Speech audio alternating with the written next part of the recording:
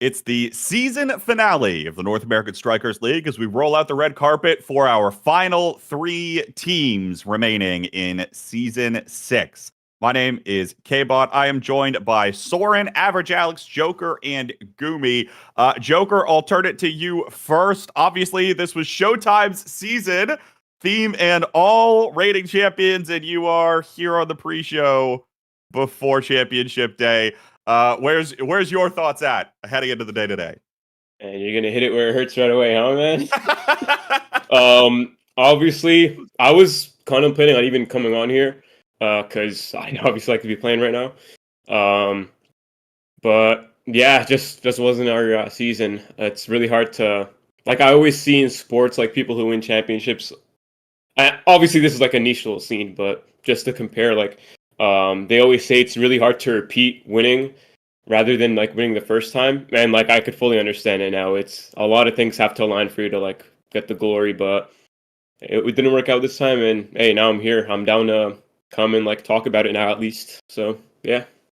Well, we appreciate having you, and I'm sure we'll get into your perspective, intimately familiar with the teams here. Gumi, I'll go to you. Speaking of people's whose season it wasn't, Demons Raw didn't quite have the chance to make it to today, but nonetheless, you're still here. Excited to see some former teammates play, I assume.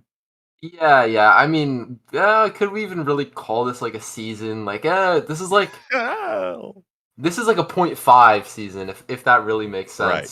So we're sort of looking forward to the next season, and this one doesn't really count too much, but get to support some of my friends in this game today.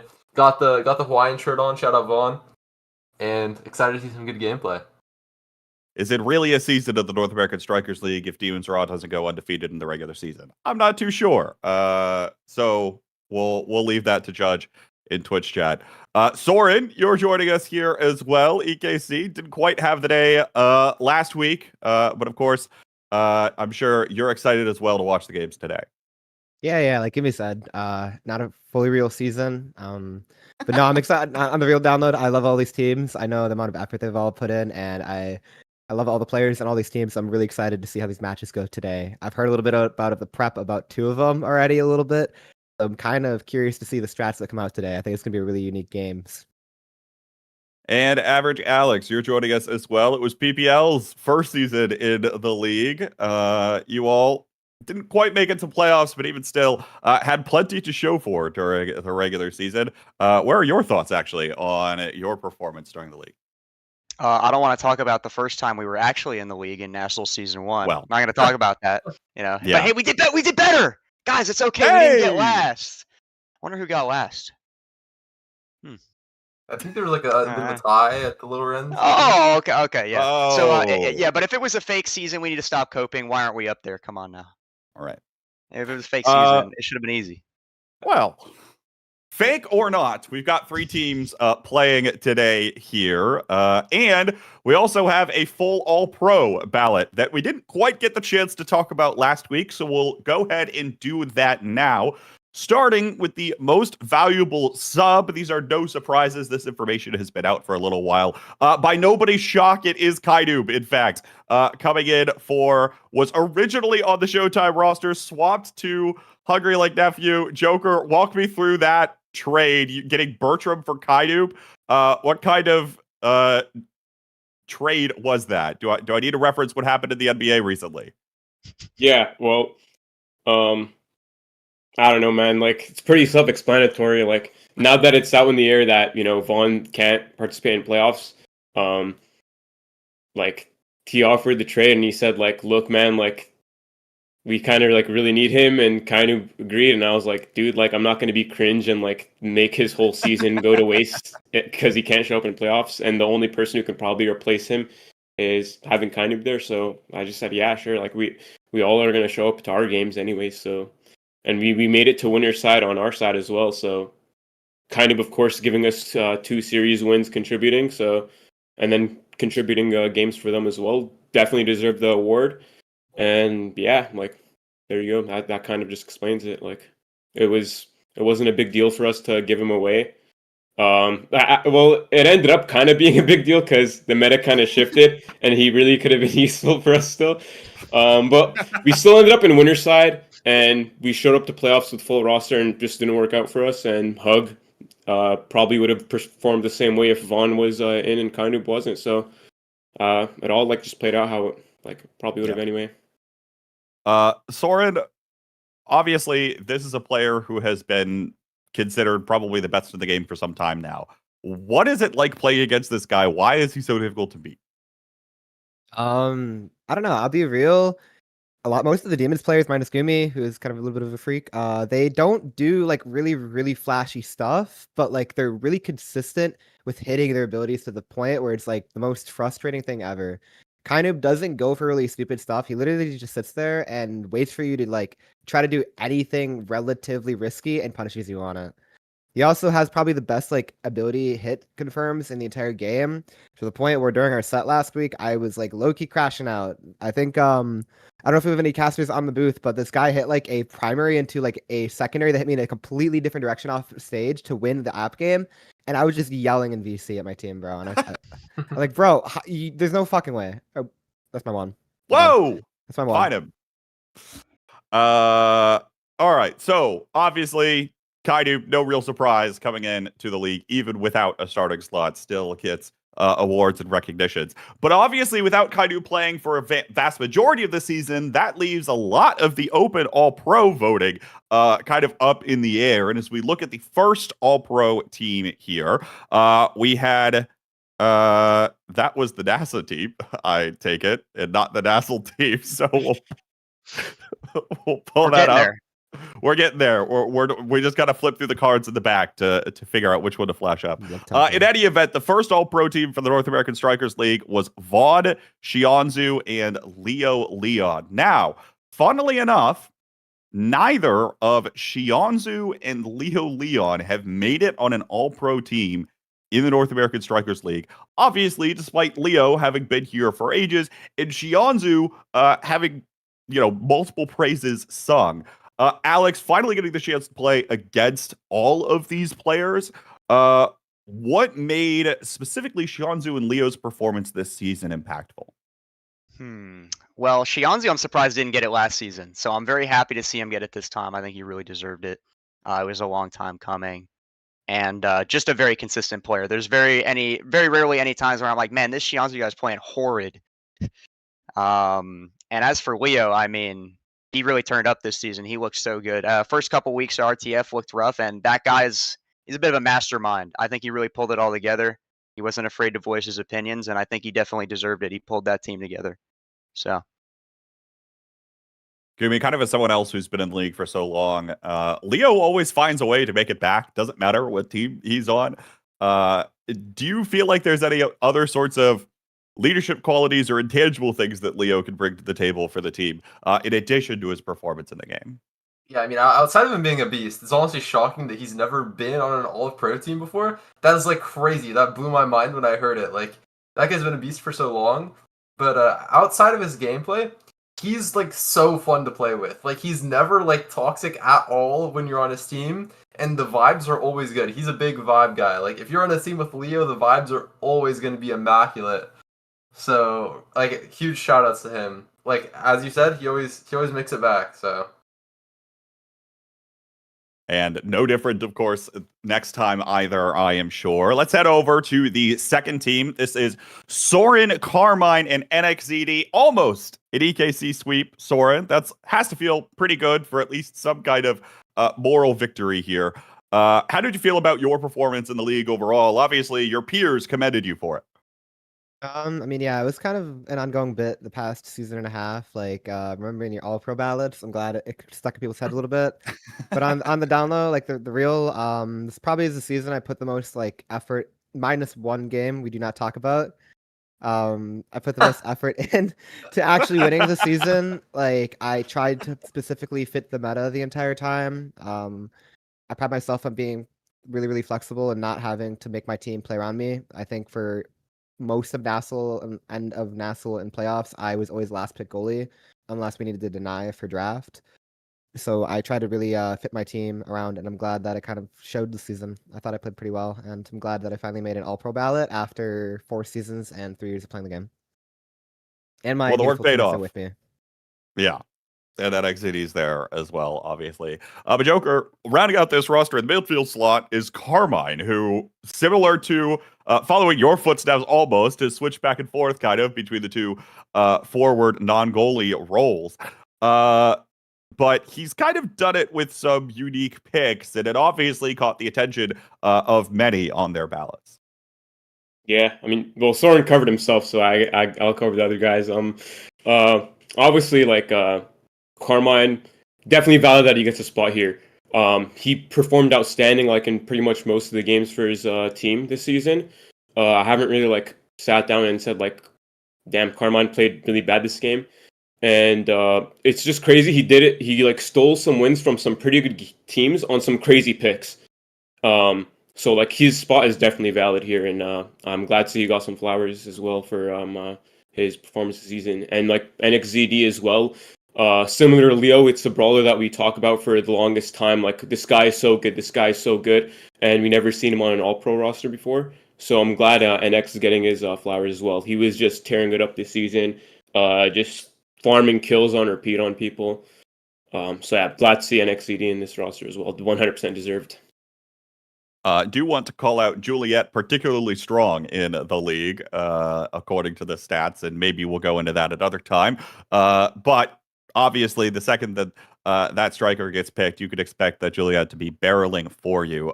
Now, the third team for the league this season, Muffin Koei, Kainoob makes it, along with Scyther.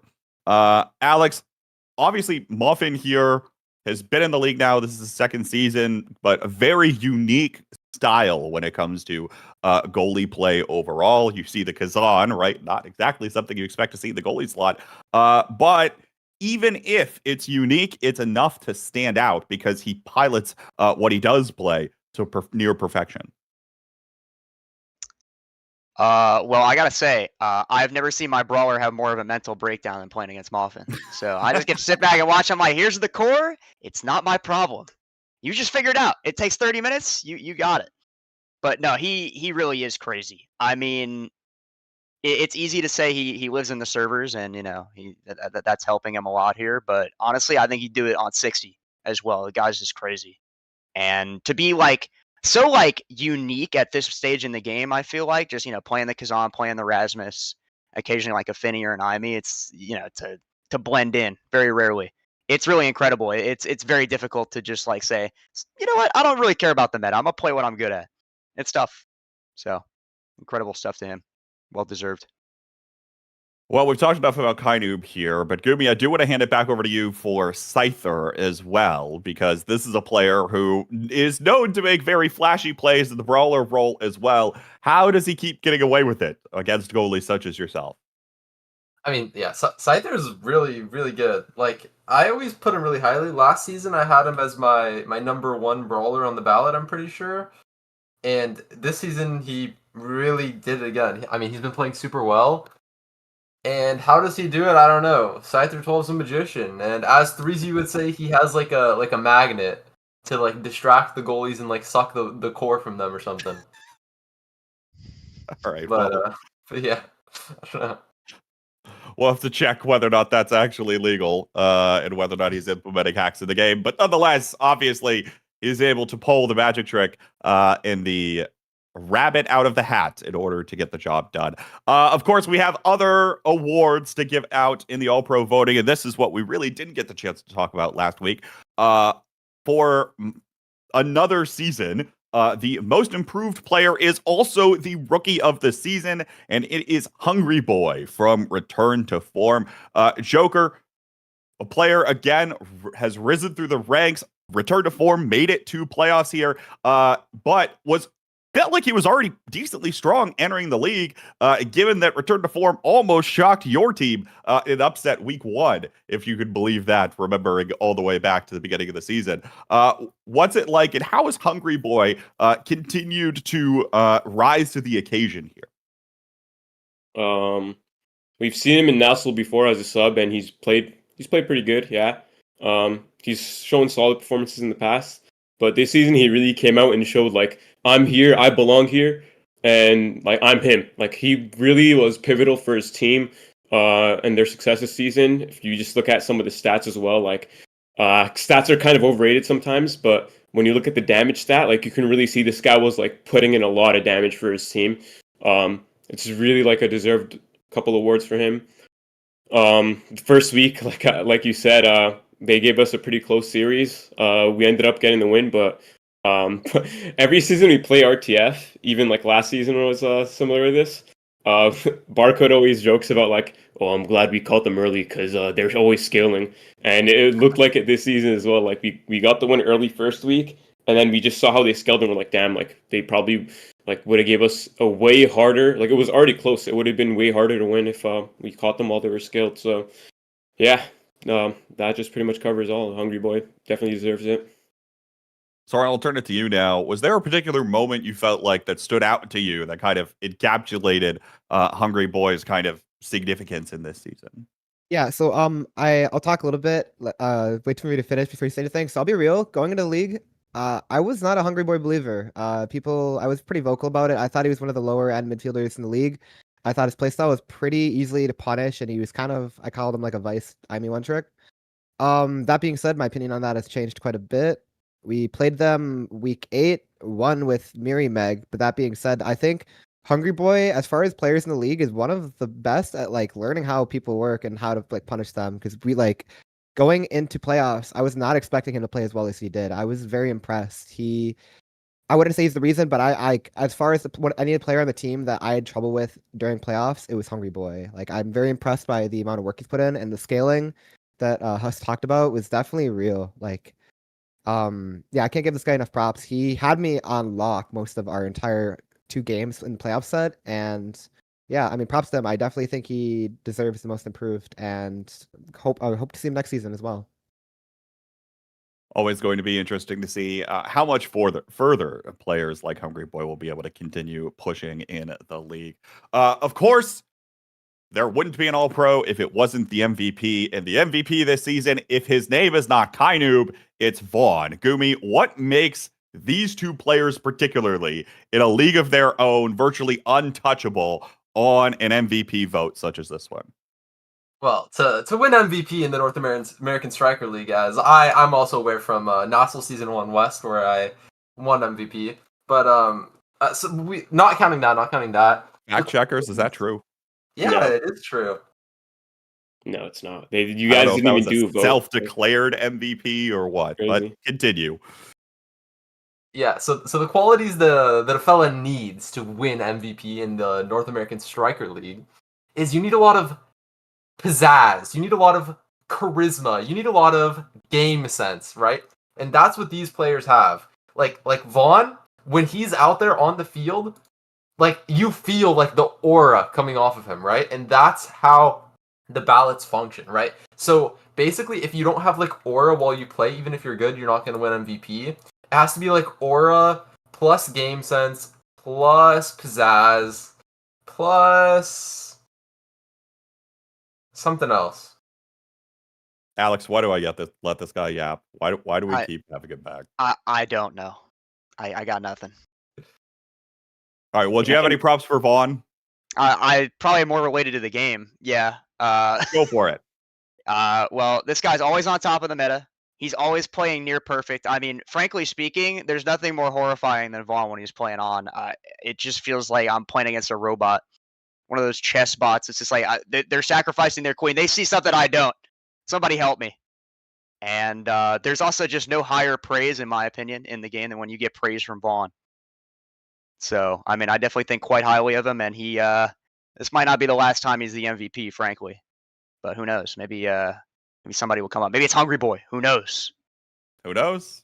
Never know what could possibly happen, especially as we keep going season after season. Joker, you got something? One last thing to ask I don't think we're talking enough about like how this guy, like, I glaze this guy a lot, but this guy really put in the work this season. Like every single like week, I see this guy grinding it out, and I'm really happy that like he's getting his recognition again. And honestly, it's crazy that he did it on 2 different roles now as well. Like every season, we've seen the most valuable player be a midfielder, and he just went role swap to goalie after not playing the role for like 4 seasons straight. and just went and won MVP and did a pretty crazy job, like just elevating his team to that first seed position. Like we usually see MVP like always be given to the person. Well, it's always given to the person who performed the best on the first seeded team, except last season. But yeah, it's definitely deserved for Vaughn here because he put in crazy work and yeah, deserved for him. Absolutely deserved. Now, real quick, because the match is probably about to start soon, I want to give a quick preview of our three teams. And to start with that, I'll go with the Sunubu Strikers first. Soren, I'll pass this off to you. The Sunubu Strikers came into playoffs as the 6th seed overall. They beat Showtime and returned to form to end up here today. But apparently the power of friendship carried them through that. What exactly was it for this team, you think, last week that made them successful? So, I'll say Sunubu Strikers, all three of the players. I don't think they made a ballot, and I think they're the prime example of proof that like teamwork is better than any sort of like solo like skill you have. That team is also, I think, the best example of scaling, and I think their prep time is a big reason why. I've never seen a team put the kind of work and like the way they put their work into prepping for teams is why they are so successful. I saw how they played against their teams last week, knew a little bit about it from talking to Josh, and they have a really good like head on their shoulders. They know what they're getting into. They have a contingency plans for most things a team could bring into them, and I think that is a big reason why they won the last S tier. And I think they have a pretty solid chance of doing it this time too. I know I've been part of the help like coaching squad for Sindubu, and I think they have a really good chance at taking it today. Joker, last week on the post show, Gramella talked a little bit about his mentality and how that's developed as a competitor. How important is that on championship day coming from the person who won it last year? I think there's three main things you kind of like have to like win the whole thing, right? The first thing is you just got to show up and play good on the day. Like if you look at winners finals, like the team on paper and all season has been Hug. That's the team that's like performed the best, right? But if one of them has an off day and everybody on Bun shows up to play today, Bun's just gonna win. That's just how it is. Whoever just shows up on the day will win. So that's the first thing. The second thing is kind of like what Soren explained. Like you gotta prep well into it. You gotta do your study, your notes, your meta reads on pick ban, like what the other team typically plays, what you got to take away from them, stuff like that. That's really important to prep for. And the third thing is probably like the mentality, like you asked me about. So and somebody like Grimella, who's waiting in losers finals right now, instead of saying to himself like, "Damn, like I don't know if you can do this. Like we got to win 3 whole series in a row or three whole best of 3s in a row." Instead of like being like that, he could be like, "Well, we've seen Sad Boys in season 3 come from 6th seed and make it all the way, get a reset, and win the whole championship, right? We should be able to do that too. Like it's definitely doable. We won the last S tier, right? Like we can do this. Like you got to go into this thinking you can actually do this and like fully convince yourself. No like half-assing it. Like fully convince yourself, or else like you're just never going to be able to do it. So those are like the 3 things you got to just like have to, just be able to win it all, in my opinion. Some might say that they will go on and they'll have to keep pounding in order to do just that. Yep. But before we get into our first series of the day, we'll go through predictions real quick. We haven't gotten the chance to talk about Hungry Like Nephew or the Bun Bun Bonanza fully as a team, but as you give your prediction, feel free to do so. Gumi, I'll start with you since you feel like you're the most tired and about to go take another nap right after this. I mean, it's the crack of dawn on the West Coast, K-Bot. I hope you can understand. It's quite early over here. Sometimes noon is good morning. Yeah. As far as the series go, I'm honestly like, I need these teams to prove that Hungry Like Nephew is not going 6-0 today, because I'm not fully convinced that we aren't going to be in and out of here in like 2 hours.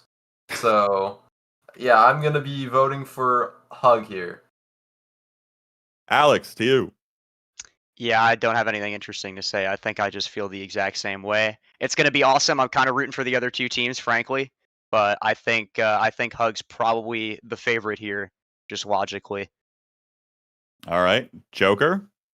I kind of alluded it. Holy, I can't talk. I kind of alluded to it earlier when I was doing my little explanation, but on paper, yeah, Hug has been the stronger roster this season, and I don't see a world where well, I can see them I could see Bun winning, of course. Like it's never a surprise on playoffs, but long story short, yeah, I'm going with Hug. I think they're going to show up today. Soren, we gonna make it a Hug sweep and give the Bun Bun Bonanza the underrun buff or what?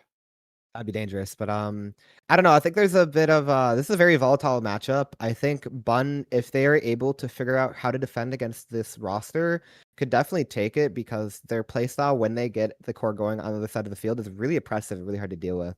Scyther getting that core in his hands versus Caleb, it's a lot of danger for that team. So I think it is going to be a lot of can Bun learn how to fight against this or play against this Hug roster who isn't as well prepped coordination wise, but the players all mechanically just outscale.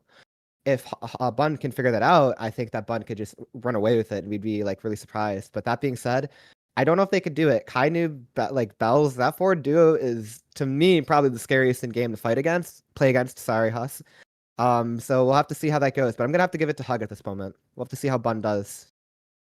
All right, under Bun buff it is for the Bun Bun Bonanza. We'll see if they can pull it off against the proposed favorites to win this season of the North American Strikers League. Folks, don't go anywhere. It's Hungry Like Nephew and Bun Bun Bonanza to kick off Championship Day of Season 6.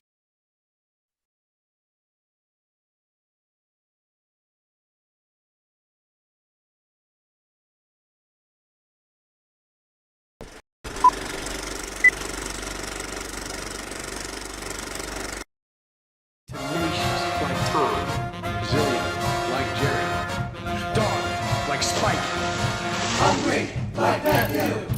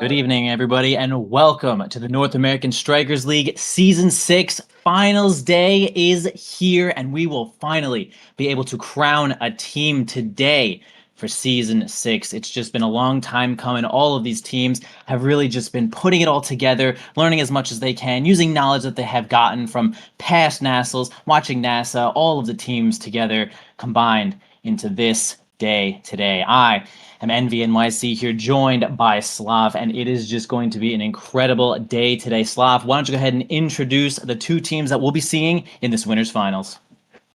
Well, we'll be seeing Hungry Like Nephew against Bun Bun Bonanza, the top two teams right throughout the regular season. Both teams having had a great showing in their winner starting bracket as well. They got their victories, they deserved their spot in this winner finals, and now they're going to go head to head against each other to determine who's going to go directly into Grands and who's going to have to try to get by the Sunduba Strikers in the lower bracket. And looking at the maps that we have, AtLab, Amy's App, Night Market, we could be seeing a bit of KO going into this one for certain. And I feel like both of these teams do enjoy that quite a bit. Yeah, totally agree with that. In fact, perhaps the teams knowing that the opposing team looking for KO so much that they are definitely going to be taking that peak performance, giving everybody a little bit more speed and a bunch of extra stagger to keep themselves alive here, as we definitely do start off here on Atlas Lab. A couple of interesting picks here. Liari on the Juno here, which is definitely a nice, safe pick. Scyther on the Rasmus as well, which is a safe pick. But Lilybun deciding to go Amy. They usually are better known for some of their more defensive picks there. But a kill is going to be found for Hungry Like Nephew, and we'll see if they can convert this one into a first point here. The first blood in this winners finals on this finals day, which is actually so exciting here. Well, quick shout out to K-Bot for holding down the pre-show like always and just getting all of that knowledge from the current teams, current players, some of the subs that were showing up. It's really great to just get everyone involved as this first point is just about to commence here. Bells can just land this one site. There's got a center stage shot here against Y'all. Is going to hold the line, but actually Kainu gets involved, but Liari is going to back up Scyther for that first point. Bun Bun Bonanza, the winners finals here. Bun Bun Bonanza going to take that first point, and this could be, I'm actually not going to say it. I was going to say the thing I've typed before, but I'm actually not going to say it.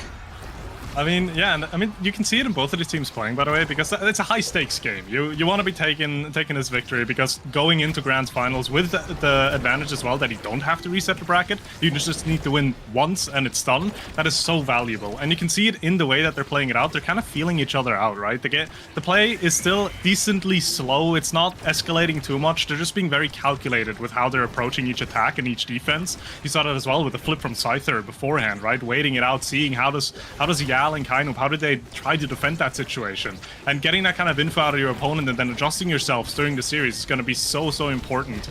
As we see again, both sides kind of building attacks, but it's not like a situation where everyone's just kind of throwing everything in the kitchen sink at the wall and just hope that it'll work.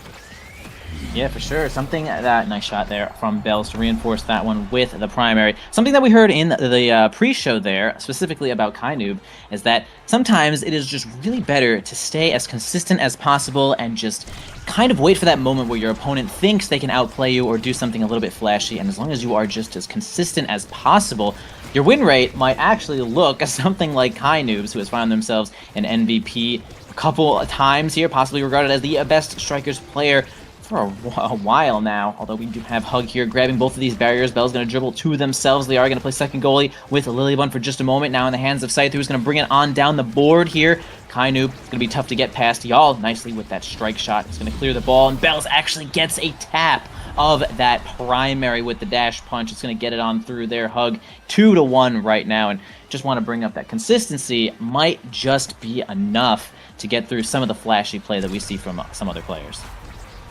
Yeah, most definitely. And you can see that consistency come into play already now, right? Because with the peak performance start and both these team comps that have been chosen, we are looking to kind of control the core. We're looking to outplay essentially the opponent. And then consistency becomes so much more valuable because in a control-heavy game, you're playing off of enemy mistakes. If you don't make mistakes, they just don't have openings to be attacking through. And you can see that very much well already from Kainoob and Bells. So just holding it down properly, KO up in the back is going to do well as well. But Bun Bun not not giving up in any way, shape, or form, right? They're still attacking. The game state is still pretty even as 2 flips come out here as well. Bells does have a flip up front with the Julie. Will use it to try to get the barrier, but the turret will be there in place. It's still defended. Both teams still holding on to their barriers, and Scyther 12 is going to be close to a flip here, which is probably the best look for Bonbon to try to take this barrier off of Yao. Yeah, I mean, Hug is also trying as hard as they can to get this barrier off Lilybun and Liari, but they're doing such an incredible job of defending as well. Trying to mix up there with the Death's Touch, but it doesn't seem to work out. Y'all kind of aware of what's going on here. Kainoob as well, just totally playing a little bit of second goalie, but can kind of fly forward there with the blazing pace. The ult from Yal almost enough to get it through Lilybun, but not quite yet. Scyther getting a nice pendulum swing that flips in with nice quick one through the barrier openings there, the gates. That was actually some great play. And it was so necessary as well to execute it as fast as Scyther 12 did, because wait any bit longer and Kainoob and Yal are gonna be ready to defend it appropriately. So already, right, first game of the day, first set of the day, we're already finding ourselves in a 0.5, and that's everything we're hoping for today, right? Competitive series, entertaining series like this. As again, both teams are just not giving each other anything. One barrier drops on both sides, but it's Atlab, right? You care about the second barrier more than anything. And as of right now, Hug is trying to make a push to take the second barrier off of Lilybun. Yeah, I love that Yal's moving up so hard there. Getting those Estelle abilities is just such great, like, pressure to be applied just from nowhere. And Yal also just has a flip as well if they want to move as far as possibly in there. Going to have a tough time against the blobs. Yeah, I think Juno does a pretty solid job against Estelle goalie. I mean, Juno doing well against some of the ranged goalies in general. So you just need a couple of extra strikes to get it through. Nice weight there from Lilybun is not going to get foiled by the barrage just yet. Liari trying to kind of duel Yal there, but not going to work out just yet. Going to actually peel over to Scyther. Kainoob's going to take the ball onto the bottom side. Going to get flipped from that barrage. Now Lilybun's going to have a tough time center stage here. Yeah, that is just the ideal spot you want to be if, you know, you're the forward with flip. They got open goal. You want to place yourself right in the center there. Most goalies are not going to be able to cover nearly as much as they need to, as it's going to be Kainoob. Big surprise there. Current MVP of this set, and they'll be able to choose their first awakening.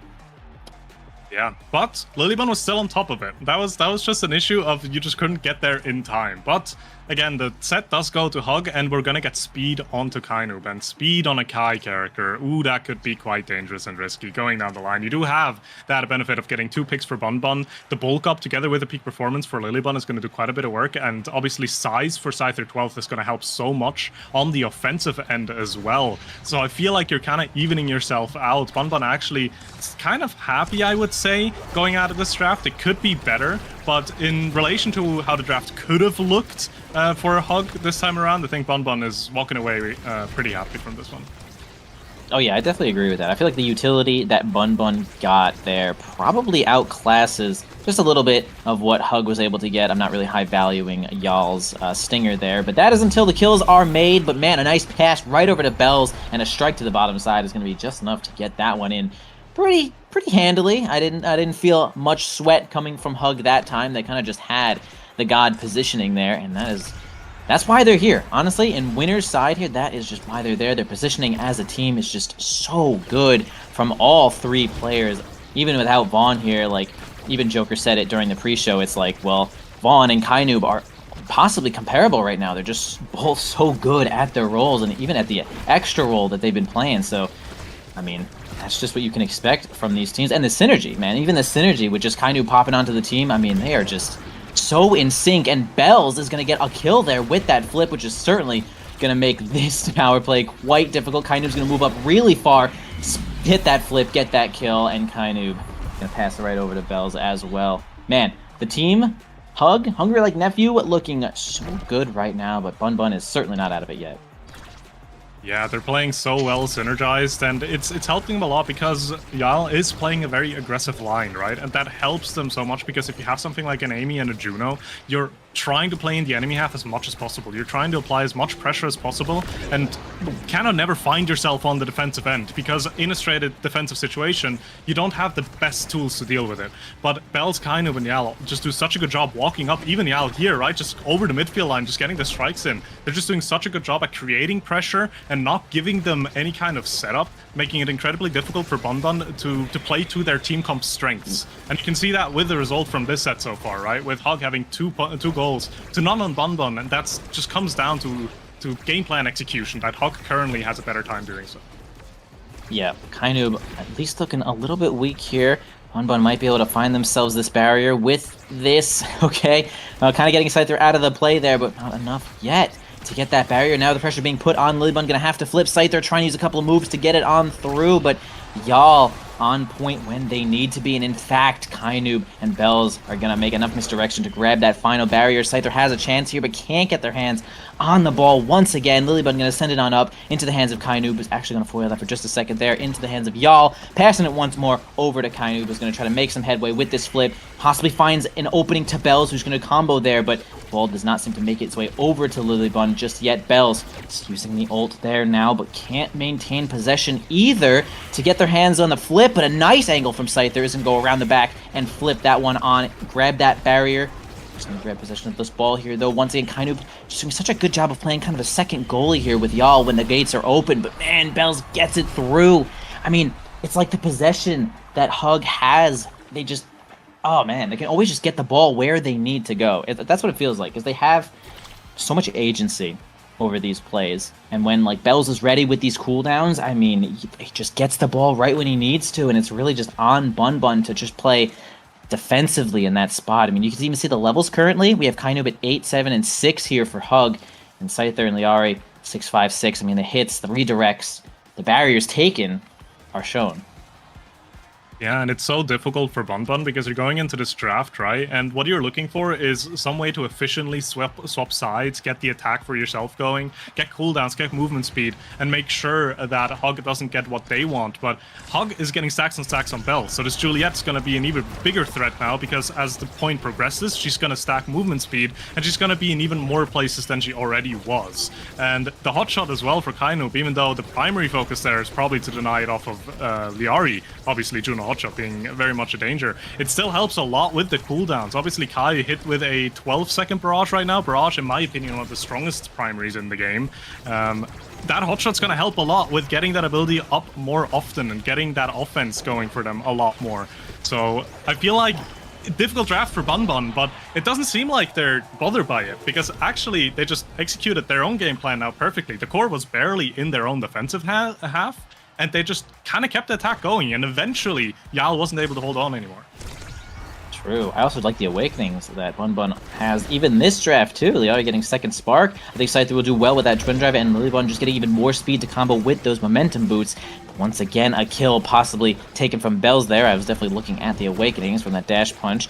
It's going to make this power play quite difficult as Lilybun is nowhere to be found, although Liari is working on a flip here, though. Bells trying to get really involved, and they do. And I love the weight here from Lilybun, and in fact, it's going to keep them alive, too, with that sentry turret. Scyther almost able to get it through, possibly one more size perk might have been enough to do it. Bells might be able to flip here for a double. Raji's looking for that kill, too. Spends the flip just defensively after getting knocked around just a little bit there. A flip from Kainoob is going to be enough to take the last barrier. Y'all might want to use theirs to grab this goal as well. Splits the board here. Liari ends up taking out the drone there from Bells. And now it's Y'all against Scyther for a moment. Actually wins out against Scyther there. Bells can't maintain possession of the ball. Scyther now has it, but hit the ball a little bit too hard out of their own flip range. Lost possession there. Overtime rolling over, and now see who can get this last point. Yeah, but overtime is slightly favoring Bun Bun in my opinion, just because of that Juno. The Rasmus also really being able to get a lot of work going with core speed, and Amy having a little bit better tools in my opinion compared to an Estelle at getting fast moving cores. So they do find themselves a point here, and they're looking good, right? They have made adjustments. They're finding those strike advantages and those positions to take those barriers, and they need to keep on playing like that, right? They need to keep on finding these advantages and be taking the barriers. As Scyther 12 as well does just a really good job at just outplaying Yal as much as possible on that defensive end. A lot of damage is coming through on both sides now, actually. Even though we have a peak performance start, Liari and Scyther 12 needs to be a bit careful both here to not be taken out, but Kainoob will catch that core out of the turret. The barrage will send it into the barrier. Lilybun, not really anything she can do about that one, as Liari is trying to get the bottom barrier out here, but Yal still great strikes to stop that, not allowing any barrier to drop. I cursed it, one is down, but still you need to take the second one, and Hug is hunting for this goal. Yeah, tight spot here for Bun Bun. They're still working on this last barrier. Something I've noticed for the most part, nice kill there, flip from Lilybun, could actually make this happen here. A dash punch, okay, it's gonna get foiled there. Something I've noticed is that Hug is doing such a good job in the midfield that it feels like Bun Bonanza really needs to use a lot of abilities to get the ball through the midfield, which leaves Y'all, who has not needed to use their abilities enough to defend against some of the approaches, but there is going to be another tough situation, kind of 2 strikes against 1 there on Lilybun is going to have Hug win out there, and another flip from Bells and Y'all, who seems to always have flip. Not sure if they're just banking that one all the time, but has flip as well. Lots of energy here for Hug. Could result in the end of this, this next set, this whole game, to be honest, and they'll have to move on to Amy's app. Yeah, most definitely. We'll see how they're going to use it, though, because you don't want to be over greedy with your flips, right? Because if Scyther 12 finds a good slip here and can take a barrier or even a goal with it, the set is done and your flips go into nothingness. So Bell's probably looking to use it right here just to confirm this goal. Cannot find it, but a beautiful catch will still get it, and the dash punch confirms it. Again, Amy doesn't really have any tools against dash punch. It's just so difficult to deal with that, especially if you just use your glitch pop to get a core. So we're going to go into a 0.5 and potentially the last point of this game if Hug is going to be able to find it. Yeah, we'll see. Minor energy advantage here for Bun Bonanza. Scyther flips instantly, gets the ball away, tries to clear it and grab it themselves with that Death's Touch. Doesn't seem to work out just yet. Lilybun could just get the ball right through one more time into the hands of Scyther, but again, we have Y'all doing a really good job of foiling Scyther's approaches until they get it on through with that whiplash. The strike shot cannot find its mark there. Bun Bonanza keeping themselves alive in this game, and that, you know, honestly, one set sometimes is enough. We have seen it before. These reverse 3-0s really do happen. They very much do, and they are rewarded with a few options in this draft, right? You have the missile propulsion that's going to go into Lilybun there.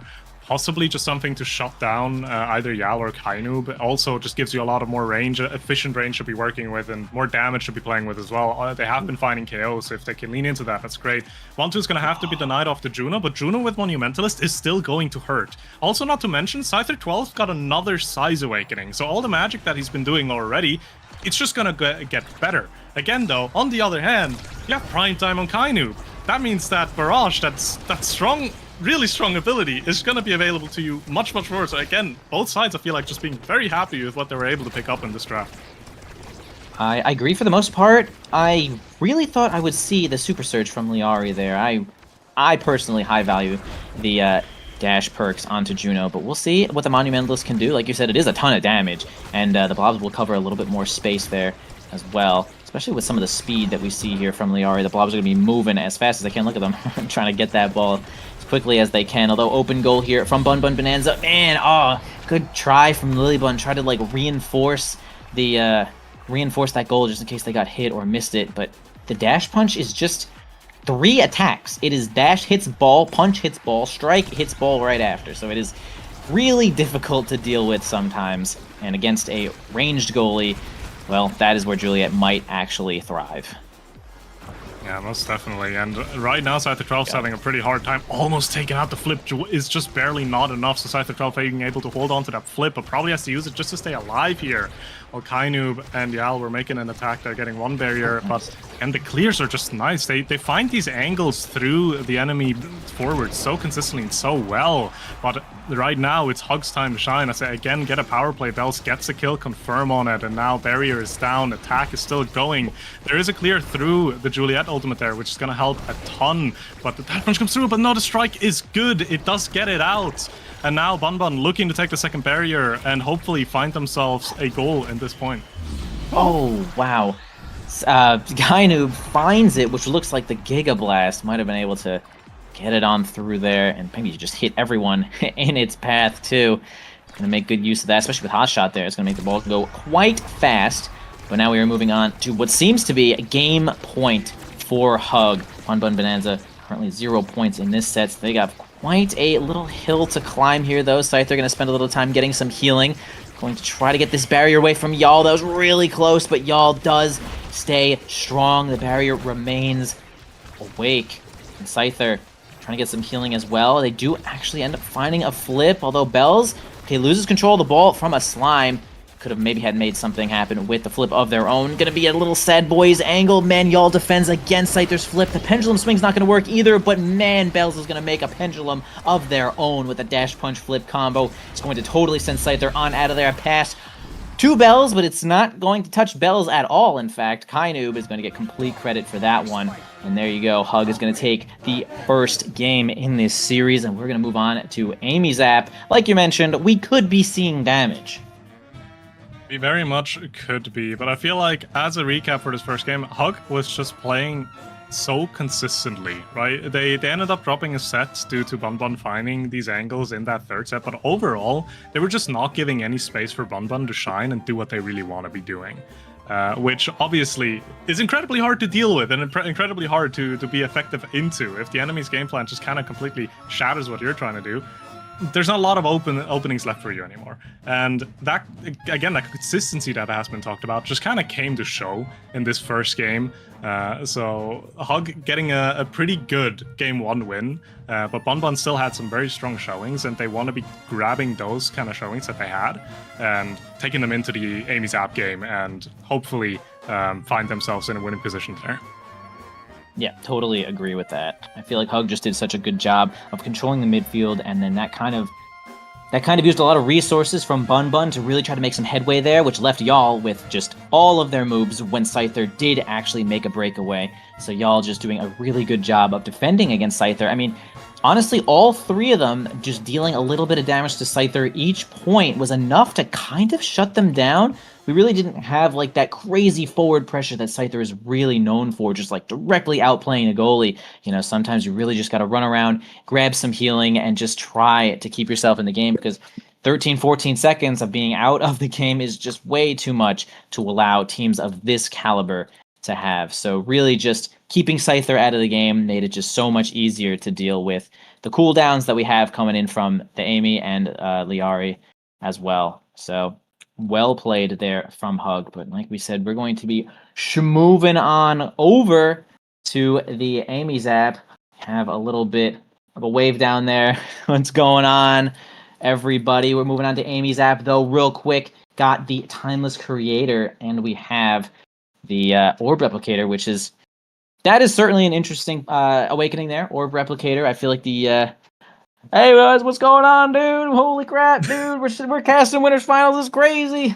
Yeah, we got Timeless Creator. Hopefully we see Rune Smile. And then we have Orb Replicator, which is kind of interesting. You could think like, yeah, you know, it'll give our teammates like 8 or 9 energy per orb, and hey, maybe that's enough to do something, but I'm not entirely sure. But I mean, the other one's timeless, so if you're playing a brawler, you're taking Orb Replicator, and Luna is going to be the first one banned on out of here from Hug. Not gonna let Lilybun or Liari attempt anything like that.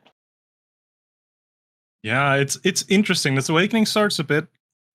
It's a bit special in a way that in a current meta where a lot of awakenings have like very strong characters affiliated to them and just kind of define a lot of drafts, right? If you have a heavy impact, if you have a Deadeye, it just kind of tells you the entire draft of what you need to be prioritizing and whatnot.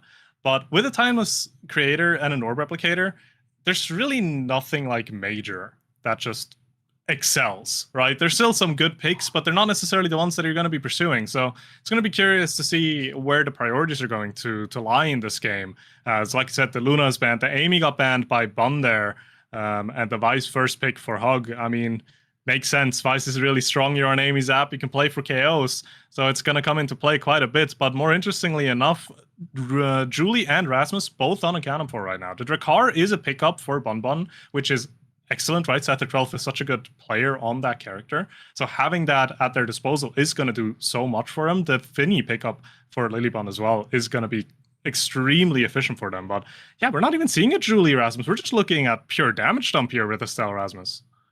Yeah, wow. None of those 2 faces to be seen on this map. I mean, I honestly thought there was a pretty solid chance that we would see Hug ban Drakkar. We have seen some nasty stuff coming out from Scyther, and again, no Juliet ban, no Juliet seen at all. It was available to everybody. And Rasmus, I mean, I could see Scyther picking Drakkar over Rasmus. So that isn't too much of a surprise to me, but we do not have Rasmus showing up for Hug at all. Everyone's being pretty cool. We're all just being pretty cool on this map. No Rasmus, no Julie. We're chilling. No Asher. That character barely even exists to begin with. But these are our characters for now. We're going to have Lilybun jumping onto the Finny, Drakkar most likely on Scyther, Liari, of course, on the Juno. And then for Hug, we're going to go with Belzintaro. Is it going to be Y'all on Estelle again? I'm not really sure. Do people really play Vice midfield anymore?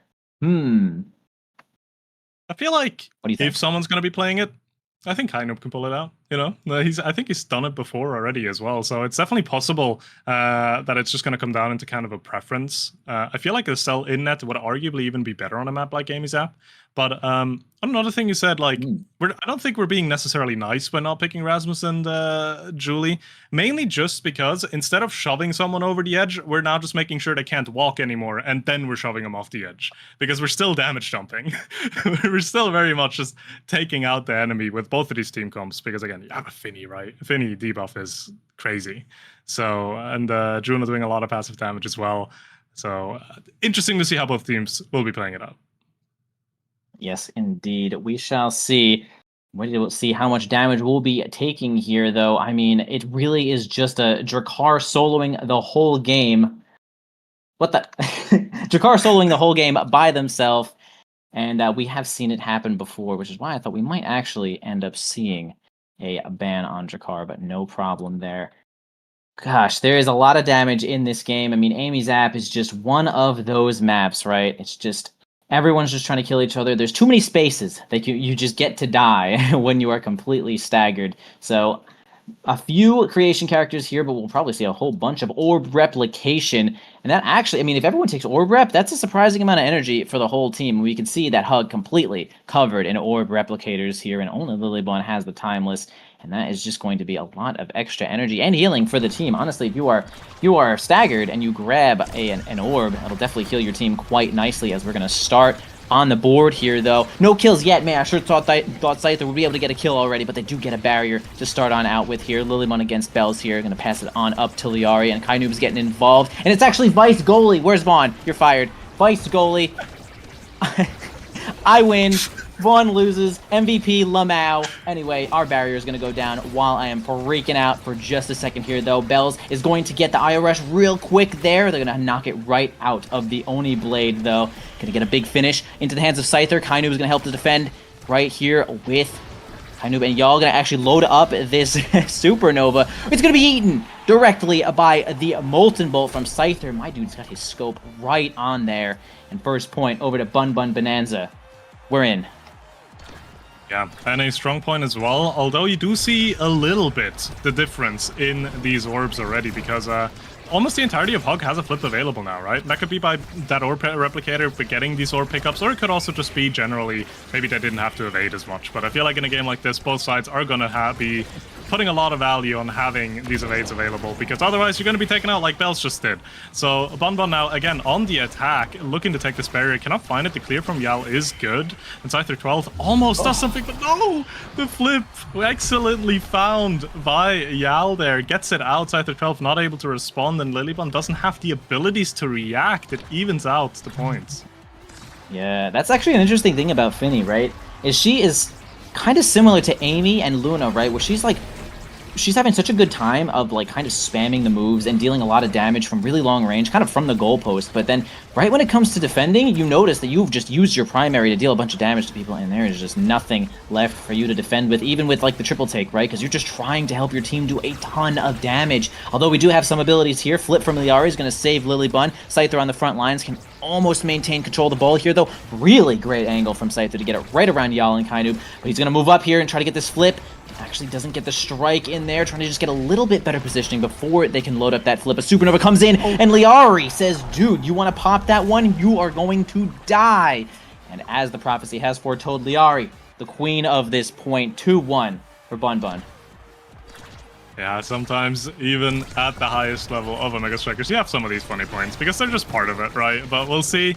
It is going to be Bun Bun in the point advantage now, and they'd love to see that with Cypher 12 using the flip there as well. They cannot get the barrier off of Hug, but again, they're doing a lot of damage to them. Bell's down to half HP, has a flip, so has to decide whether he's just going to continue eating damage or whether he's going to have to use the flip for survivability. Will use it for the barrier, that puts Hug in an advantage for this point at least. But Scyther 12 with the shotgun, this Drakkar just being so lethal in close range, gets a barrier, almost gets a goal, flip forced by Yal. And now Liari with the Blobos. Excellent interactions there. Kind of not much you can do about it, as Bonbon is going to be taking the first set of game 2. Yeah, a lot of control there from Bunbun. You can see right at the end, Liari gave herself advantage with that secondary to make sure that they were getting that one in there. That was really great work. And well-deserved point here, or well-deserved first pick here for Liari. Can be a couple of different things. Extra special would be nice. 1-2 punch Juno. Okay, we're going to go for the extra special, which gives them a lot more utility. Just placing a bunch of Junos all over the board, which is quite good in general. We'll see a 1-2 punch here from Scyther, and now the kills could actually be happening as we have a little 20% harder on this primary. Nothing else too crazy going on by here. Kainoob midfield getting stacks on stacks could be a big deal. Estelle's quite good at stacking stacks. They are definitely able to get a lot of hits here and there, so that will be definitely a big thing for Kainoob. Like we always say, speed is possibly the best stat in the game, has always been and might remain that way. And we'll be seeing it here in just a few seconds as these stacks are going in. The Supernova is going to be kind of interesting, as y'all's going to hold it for just a moment too long, and it's going to go right on past. They're going to take their own barriers. They're going to fight from the top lane. Liari looking a little bit weak. Y'all kind of whiffs the primary there and has nothing left, although Scyther from the backside gets a kill. Liari rewarded, or awarded with that kill there, and it's going to be a point, too, here from Bunbun. I mean, they just kind of cleaned house there. Yeah, an almost immediate, like, double power play there, with Liari finding the KO and Scyther 12 with that 1-2 punch being so lethal around edges as well. The flip now coming out from Kainoob, but doesn't find the barrier, actually. And Kainoob, no evades, no HP bars. He cannot get himself involved in any way, shape, or form, because if he does, he's likely going to die. So the barrier will drop here. Liari and Scyther 12 just being so clinical up front, making it so difficult for Yal to defend it properly. As, again, the attack is building. Lilybond's card trick there, unfortunately, sending it the wrong way, but, like, that's a 1-2 punch. That's the efficiency of it. Scyther 12 just shows us why it's such a strong awakening, especially in something like the Drakkar. Gets another power play going, and Bonbon are just in their element. Nice, dude. I mean, the big finish did not score there, but boy, did that say, hey, this is about to be a messed up moment for you two. Try to defend against this. Kind of like a situation where you have a character, you have somebody ult, like you have Zentaro ulting, the Oni Blade stops the ball, and then a teammate hits it out of it, and you're like, bro, there's just no way to play around that. So really tough point there. Can be rewarded here, Bun Bonanza, although they're going to lose a barrier. A flip from Yal is going to secure that one quite quickly, as Bells is helping with a whole lot of misdirection there. Going to be 1 point for Hug here, although they are still behind 2. I mean, Bun is, like you mentioned, a little bit in their element right now. Perhaps they have trained a little bit more on Amy Zap. I'm not sure, but they're looking quite good. They're looking excellent. As again, Scyther 12 just threatening that KO on Kainoob, just using all abilities, and HP bar is gone, although Kainoob with an excellent flip there actually gets a return kill on Scyther 12. Now we have a power play in favor of the Hog, and they do want to get this barrier with it, as they're trying to get the core up front. Bells does have a flip, and that's going to confirm it. Lilybond on no HP either, maybe getting that recovery drone out, but no, Bells isn't pursuing it any further, as the attack still very much stands. Recovery drone now actually taken out, Kainoob walking up as well, and together with the piercing shot, that will be enough to confirm it. Hug evens out this set, and next goal is going to decide who's going to win it. Next goal indeed. Kainoob completely stacked on pancakes right now, is getting that sugar rush, as the 150 is going to be making a lot of trouble for Bun Bonanza. We can see the speed going to be running circles around this Drakkar, especially when those magnetized souls are activated. Now Liari is going to push from the bottom side here, though, and successfully get that barrier away from Hug. Lilybond and Liari are going to try to hold this ball side that comes back to help defend here. Y'all pushes up with this flip. We're going to actually end up going back here, though. The next push might be the last, though, unless Liari and Scyther can make it happen here with the shotgun. They actually put up enough pressure to get the flip out of Y'all, making the next secondary not nearly as deadly as it could have been. Although Scyther now taking the goalie position for just a moment here. Lilybond going to block the top side while Liari tries to get a simple clear past Kainoob and Bells, which is certainly a tall order. Although a flip here from Lilybond, nice weight, not going to fold over to the piercing shot from Kainoob, but they're going to win a lot of strike boards. Insane combination, team combination strike, which is going to be enough to actually win that situation against double flip. But man, the positioning from Hug was just enough to get it onto the bottom side there. Wow. Oh man, Bun was so close to defending against God himself as a team. Oh. Yeah. But in the end, the positioning from Hog, right, we've touched on it already. It's just really good. And they're going to get rewarded with a set win here. They're going to get a bulk up for Kainu, going to help a little bit with survivability and damage output as well, because Bonbon has been a bit more consistent in the finding those KOs. Twin Drive, a great pickup for Lilybon, but so is Adrenaline Rush for Yal. If they can get KOs on this Vice, it's going to be a bit difficult to be dealing with it. The Spark of Strength seems a bit more inconsequential as the Dash Awakening finds its way onto Bells as well. Obviously, Super Surge already went last round. Only Explosive Entrance is still in the pool, but just getting the aerials to make sure you have that mobility is worth it enough for the Centauro and can be making quite a difference. Yeah, I do enjoy the Awakenings there. Hug has taken. I certainly do think that taking aerials even a little early on Drakkar is like kind of good. I mean, this character becomes kind of super when you have a Dash Awakening, really get to get around that board and become even more okay. So, okay, we're actually going to have y'all repay the favor a little earlier, knocking the ball all around with that Supernova and going to score the goal that time in the enemy's pocket, which is going to be quite good for Hug. Kind of interesting way. But yeah, I also think the Adrenaline Rush might end up posing quite a big threat here from Bun Bun Bonanza. Unless Scyther is able to solo the game by themselves, big finish here is going to actually end up losing off to Bells, who's going to spin out that flip and get that barrier as well. Boy, it's so much easier to score a goal when the barrier is gone. A kill from Scyther, but oh, unfortunately, it's going to actually be Kainu blasting Lilybun into the grave. Recovery drone actually going to disable your character for like 3 seconds or something, so nice work from Hug to find those edge kills. Man, how much, like drone is great to revive, but yeah, you were actually just not in existence for like 3 seconds while it's reviving you, so gonna take advantage of that one nicely, Hug. Yeah, it's obviously, it's a bit difficult. As the primary from Bells will actually find a KO there. Now suddenly Hug in a power play while they're only 1 point away from finding themselves a third set here as well.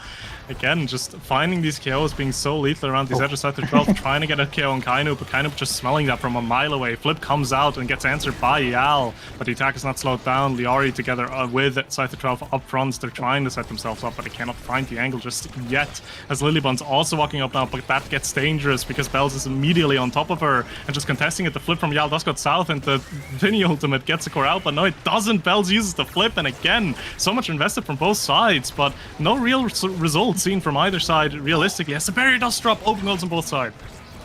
Yeah, Bells does eventually get it with that determination. Lilybun going to clear up to the top side. Almost gets into the hands of Scyther, but Bells doing such a good job of blocking that top side. Oh. Man, nice pass from Liari into the hands of Scyther, who's going to sink that one from the flip from Lilybun. That's some good team compilation effort there, and boy, they might actually need it because it looks like Hug might have found their footing here. They're actually on their way back and actually ahead by a point as well.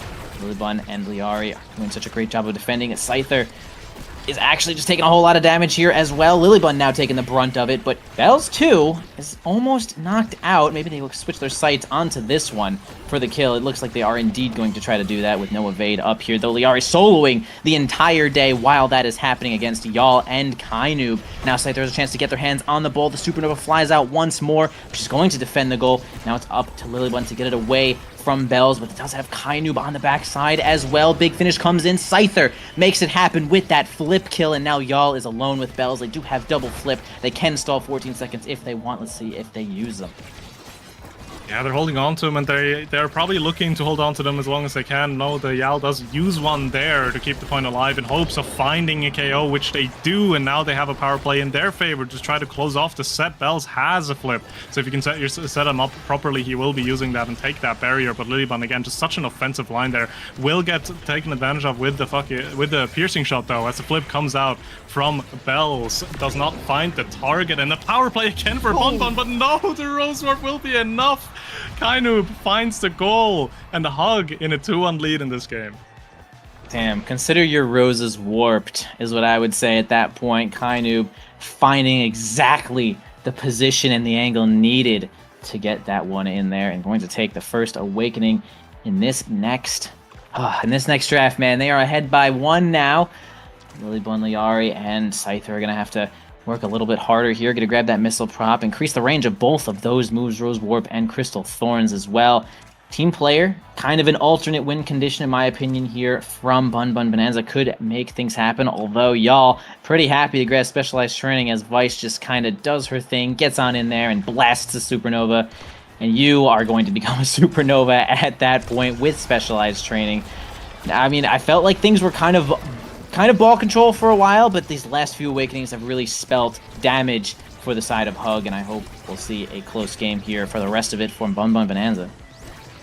Yeah, most definitely. Both sides just have continued to scale, and they're just getting more and more damage. Hug being in a bit of a better position there, but in reality, you still have a Drakkar with 2 sparks, one of them being strength, one being agility, and a 1-2 punch. Scyther 12 gets a KO, and excellent execution from Lilybun and Liari will get themselves a point there. And another thing to think about, if Bun Bun finds themselves this set win, and we're going to a set 5, I don't believe we've seen all sparks yet. So there's a very realistic chance that Scyther 12 finds himself a 3rd spark. And if that's a leadership or a focus spark, I feel like it's gonna be very difficult to deal with for the side of Bun. So it's in their best interest to try to close out this game before they can find themselves in another set. But obviously Bun Bun has something to say about it, because they're just on the attack again and almost just finding the goal, even though it's defended for now. We'll have to see for how long, because they're really not letting up in any way, shape, or form here.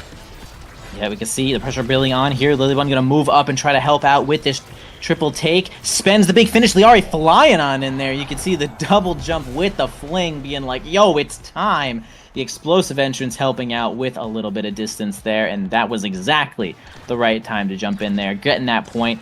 And now they are up 2 in this set here, though. Could possibly make this one a game 5, although Bells might have something to say about that. 1 strike away from getting their flip. Y'all has theirs as well.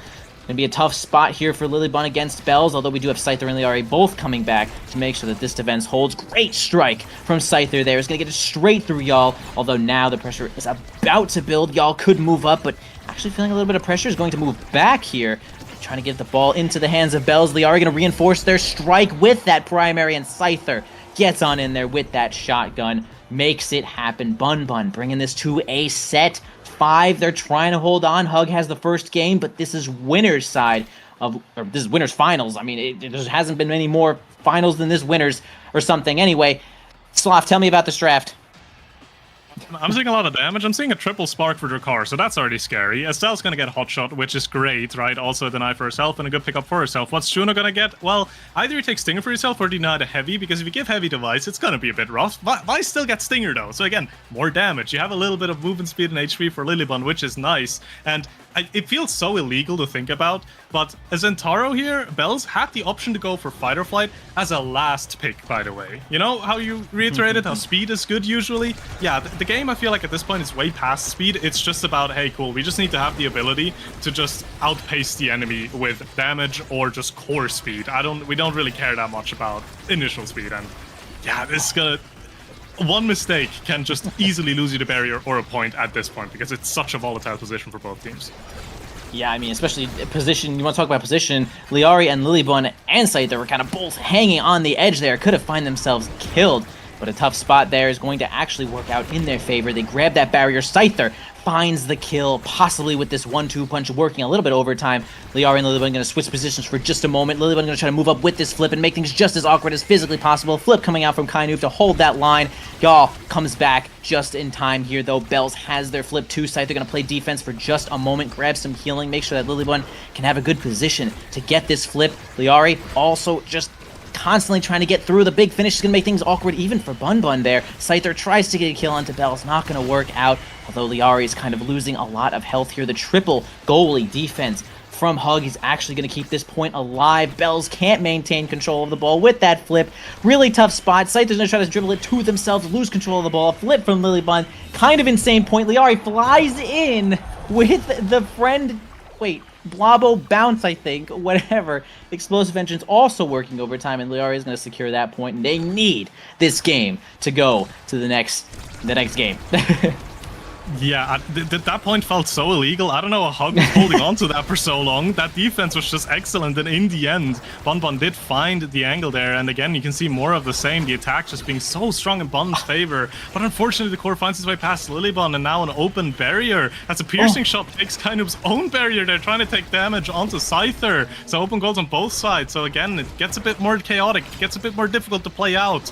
Estelle will get the core all the way up to Bells there. Scyther 12 now almost has no HP anymore, has an orb, but I'm not sure if that's going to be enough, as again, damage dumps just being found continuously. Liari just trying to contest the core as much as she can on this Juno, making it as difficult as possible for the side of Hug to get the clear out. The flip needs to come out from Yal just to keep the point alive, but again, it does get out. Bells trying to get an attack going, but no, Lilybond's still there, and unfortunately the triple take comes out a millisecond late and sends it the wrong direction. We are in 1-1 in the set 5. Oh, the triple take resulting in a quadra disaster there, unfortunately, for Bun Bun Bonanza, but they're going to keep working on this here. Bells does have flip. A quick barrier take from Kainoob's piercing shot is going to make this point really difficult for the side of Bun Bun Bonanza. Lilybun's going to win out there against the flip. Another one from Kainoob. The Blobs actually hold the ball long enough for Bells to get their strike back. Dang.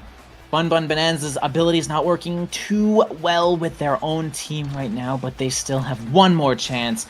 Final point, possibly final point here though. Series set point for the side of Hug, and Scyther makes quick work of of the kill there. Sorry, I'm focusing too hard. Bells is nowhere to be found. Scyther gets it on through, man, with that extra. Oh, okay. All right, we are literally at game 5.5 here. Set 5.5. And it's going to be a tough one here. Bun Bun needs this one to stay in the game. You mentioned it before. We do have triple spark onto Scyther, by the way, who has become incredibly powerful. We'll see if they can make it happen here as they're going to push onto the top side, get the big finish going. Man, Hug is keeping the ball right out of that big finish perfectly. The Oni Blade comes in. Kainoob spending a couple of moves. Lilybun does not flip to hold the barrier, but we do have a flip onto Scyther and Lilybun. Liari going to take the bottom side of this barrier. Scyther trying to get a kill, but doesn't maintain enough control over Kainoob, but they do get the barrier. Lilybun going to try to get it on through. No, God, disaster strikes, dude. Hug actually going to take it from winners finals, though, well-deserved. Oh my God, it's like an insane amount of pressure being put on from Hug, which is, wow, takes that one. I mean, from winners side, Hug has looked so incredible this whole season, and they do not falter even for a moment. Sloth. Man, Bun Bun Bonanza tried so hard, and it was so close, right? They were literally a millisecond away from grabbing that final game and bringing it to a game 3, but oh man, what was Hug doing, bro? Why were they just so good? Why are they so good, Sloth? Tell me. I feel like they just had such, again, like, similar as to the first game, they just had such a clear execution of the game plan. Obviously, Bun Bun this game had a lot of opportunities to find themselves barriers, to find themselves in good pushes, but in the end, Hug just had that consistency. Again, we were talking about it for the entire series, that consistency to just always be where they need to be, to find these kills when they need to get the power plays and make incredible value from it as well. And in the end there, it kind of felt like maybe Bun got a bit overzealous as well, because they were playing really aggressive, right? You saw Lilybun and Liari both essentially on the midfield line already. And Hug again just realized, hey, look, we're in a position where we don't really need to find a cross clear or do anything else. We just need to get it through one of them. And then more than likely, it's going to go in. And they just did that, right? And that's the realizations in the moment that are just so valuable, that comes with experience and comes with, well, championships, as all three of these players already have some, right? Just realizing these situations and taking advantage of them in such crucial game states is, I feel like, what was the winning factor for Hug in the end. I could not agree more when it comes to consistency. I mean, the plays being made by Hug were very precise. Everything that they do is very precise. They are not taking all that many risks. Like every now and again, it's kind of like, oh, it's in the hands of Yal, right? Because he can kind of, jump forward when it comes to using the eject button. And it kind of depends on how long he wants to stay. And if he thinks he can get like a flip point as far across the goal as he wants. But like for the most part, it feels like the Kainoob and Bells are just very controlled organisms, man. The whole team is a controlled organism, but it's like such a good job when it comes to just being consistent, staying safe, and just doing what you can control. And it felt like, for the most part, we talk about how Bun Bun Bonanza was playing a little bit risky, possibly a little bit too far forward. I think that's just kind of like, for lack of a better term, the aura that Hug kind of gives off. Like, right, like you want to just press every advantage that you have so hard. That's why we see Lilybun moving up so far, and we have Liari, like they'll kind of switch roles a lot, and everyone's just like making sure that they get their healing to stay on the board. And sometimes it just gets away from you. That's the aura. I mean, these are just two really good teams, and one certainly had to win, and that That was actually an incredible game, and it's also going to be the last game that we cast for this season, Sloth. Unless you have something secret that I don't know about, but that is most likely going to be it for us. It was a pleasure casting Season 6 with you. Man, anything else you want to let the people know? Well, much my pleasure as well. Always great and always fun. And congratulations to Hug. You've made it into the grand finals, right? You confirmed yourself a top 2 position, but everyone, I mean, the day's long from over, right? We got at least a great loser final series and another great grand final series coming up. So do stay tuned for that because it's I feel like it's just going to get better from now on. Absolutely. We are going to go just to a short break and load up our next team. Sundubu Strikers are going to be playing Bun Bun Bonanza in the losers finals of North American Strikers League Season 6 Finals Day. In just a few moments, we'll load up some new casters. Don't go away, and we'll be back in just a little bit.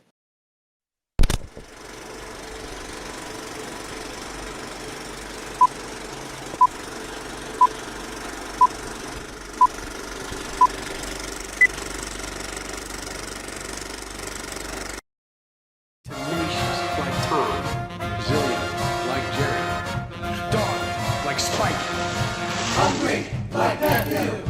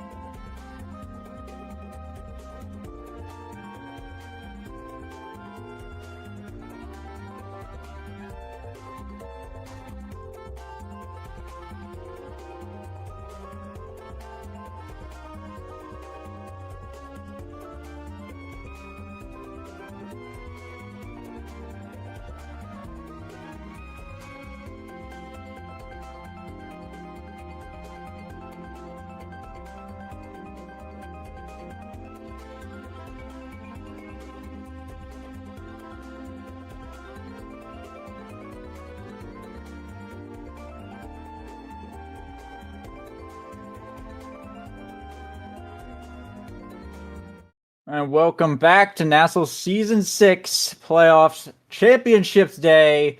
We're jumping down to the losers finals here. Bun Bun Bonanza versus the Soon Dubu Strikers on Lego Mage. Back with Cloak Oak. Yet again, we keep following the Soon Dubu team around. I don't know what it is, but we seem to like them quite a lot. Anyway, we've got the draft on screen here. Game 1, my favorite map, Oni Village. Cloak, bring us through this draft. What are we looking at?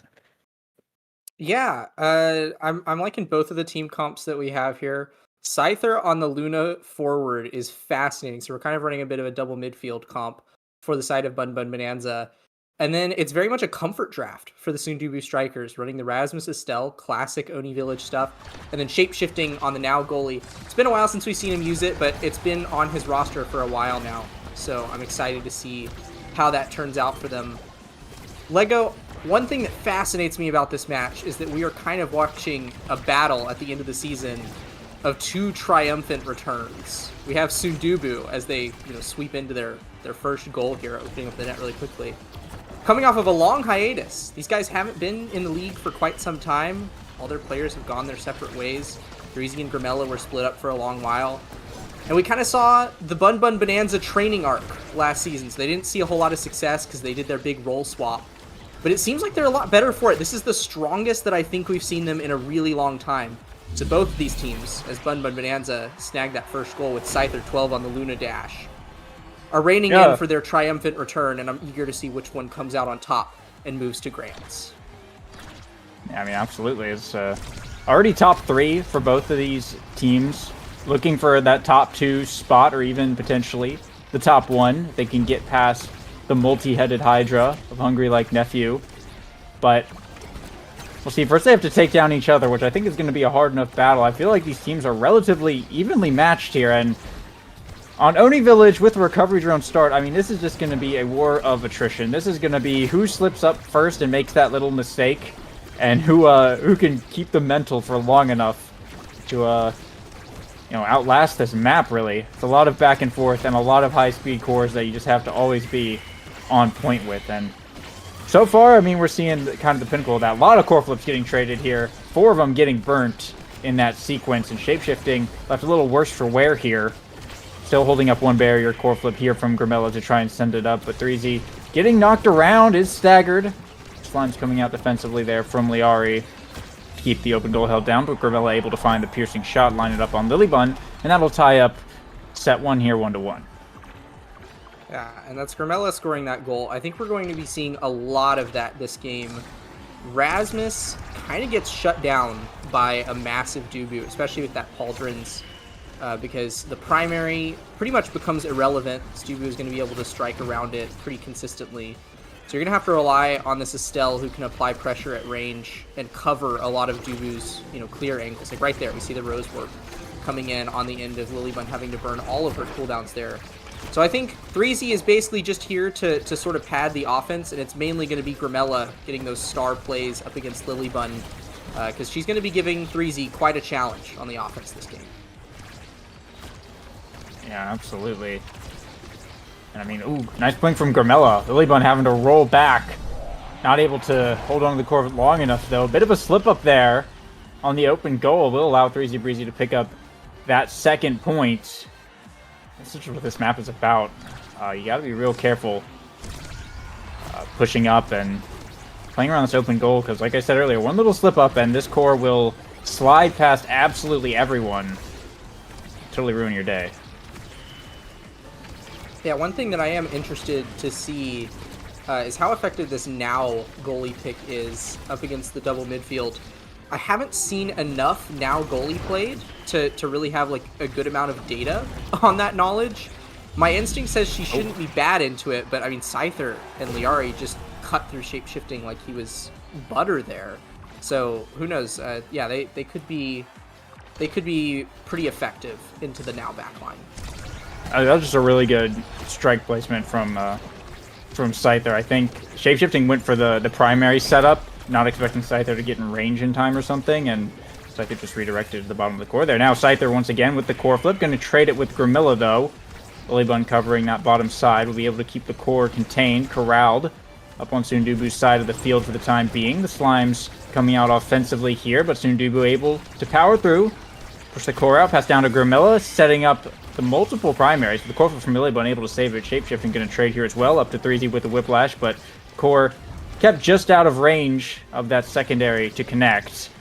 Back pass here to Grimilla, trying to put it back. Once again, the double primaries coming out from the forwards of Sundubu Strikers. Not able to connect there, but when it does, it will be devastating. That much is for sure. And now 3Z Breezy has a core flip available. Sundubu just have to get the core back off their side of the field. Now burning it here with the Whiplash available. Sends it down, but a nice save from Bun Bun Bonanza to keep their bottom barrier alive as we head into overtime. Liari gets the recovery drone burnt off, and 3Z able to pick up that second barrier with the pendulum swing. Still a flip available here for Liari as Bun Bun Bonanza bringing that second one, but Scyther pushing, 3Z pushing up with the Whiplash, though the other one makes one save, but 3Z will win the strike war the second time around. That'll be Sundubu Strikers taking set 1. Yeah, nice strike wars from 3Z. That's pretty much his that's going to be one of his major strengths, especially with size and speed on this Rasmus. I think he's going to have to play mainly around his strike because the Dubu roll can easily shut down that secondary. And like I said, this size on Lilybun is going to make it really hard for hit stuns that Rasmus can pump out to really do too much. But Scyther is going to get a lot more this draft out of extra special on that Luna. Lilybun's going to start sparking here, and 3Z, like I said, wants to be playing around that speed, so picking up this Super Surge is going to make that secondary a lot more effective for him on the Rasmus pickup. Nothing else too influential picked up this draft. Liari is not going to be sad with Deadeye on the Juno, and Shapeshifting is going to get a little bit more creation shenaniganery with the Siege Machine. But definitely, I mean, the Twin Drive is nice on Grimella, right? Rose Warp is a really good ability, but there are certainly more influential things that Estelle could have gotten from a draft like that. Yeah, especially on this map, dash range is absolutely king for this character, and Bun Bun starting off with an early point here in set 2, but I do have one question. We see Lilybun opting into the Sparks. She went for the Spark of Power. Spark of Leadership was available. What are your thoughts on going for the single Spark? Is it better to go for the Power and just hold off on Leadership, or should you invest in Leadership early hoping to get stuff later? I think especially if you're picking between like your first Spark and Leadership, I think that grabbing the first non-Leadership Spark is more valuable.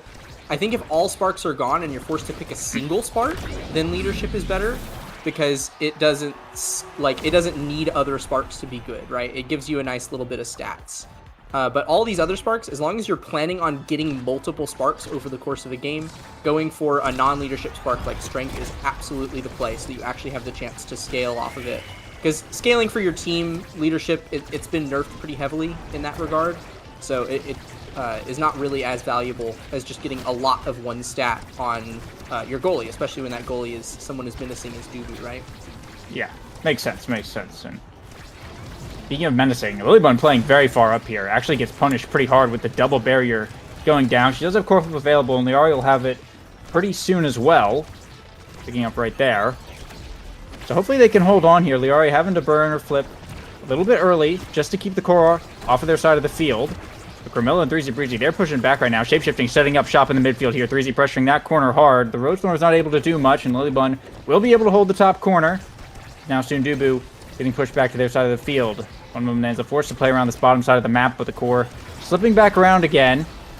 We push into the top speed lane. 3Z Breezy pushing it back out. Grimilla blinking down to the bottom here. The donuts coming out as we head into overtime. Pass up to 3Z into the corner. Trying to find a rotation. Core flip here from Grimilla. Kaz is just a bit off the corner, though. 3Z maybe another chance. Shapeshifting's primary able to catch it and keep the offense going with the Whiplash setup. 3Z, an excellent angle into the bottom corner. And Sundubu Strikers will put themselves on the board and stay alive in this set. That's seriously impressive, especially because I was wondering why it red cord. I'm looking now at Super Surge stats. I'd never noticed it was the before.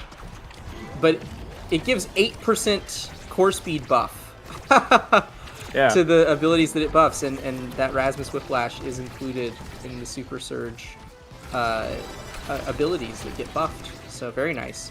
And even though they started this set off at a 2-point disadvantage, Sundubu Strikers are already back in it. They've cracked open both barriers once more, and they're keeping this offense up pretty consistently. We saw the double primary overlap as well there from the Rasmus Estelle, but Scyther, a nice play, boosting down to reposition and brings the strike to the top corner while shapeshifting rotated to the bottom side there. That's going to give Bun Bun a set of their own here to tie up the game as we head into the draft, and hopefully looking to get something a little bit better here. A lot of really good awakenings showing up on this board. I see Team Player, I see Fight or Flight, I see Missile Prop, so we'll have to see how this one plays out. Yeah, well, and Lilybun was pushed all the way down to the bottom of the draft, so that's a little bit unfortunate for Bun Bun Bonanza. But the Fight or Flight on Scyther, especially with these slip kicks, you know, a little bit of extra speed and maneuverability on this Luna, especially when you're playing double midfield, it's going to be crazy valuable. Interestingly enough, Orb Replicator picked up by Liari. I have to imagine that that's mainly to maybe give Lilybun a little bit more options at the back of the draft, but once more, that's not a crazy influential draft for Bun Bun Bonanza. I think the Sundubu Strikers definitely got the better end of it, with Grimella getting Team Player, more size on 3Z, and Shapeshifting has picked up every creation, duration, awakening in the game, which means that he now has, I believe, 130% creation duration, as well as a little bit of size from Timeless Creator. So, especially with the playstyle of Now Goalie that has, you know, sort of the tower defensey, you want your primaries to stay on the board for a really long time. Look at how massive Look at that and thing. long Look at that lasting. thing. That's crazy. So yeah, he's going to be getting a ton of value out of that for sure. I think Sundubu definitely got the better end of that draft.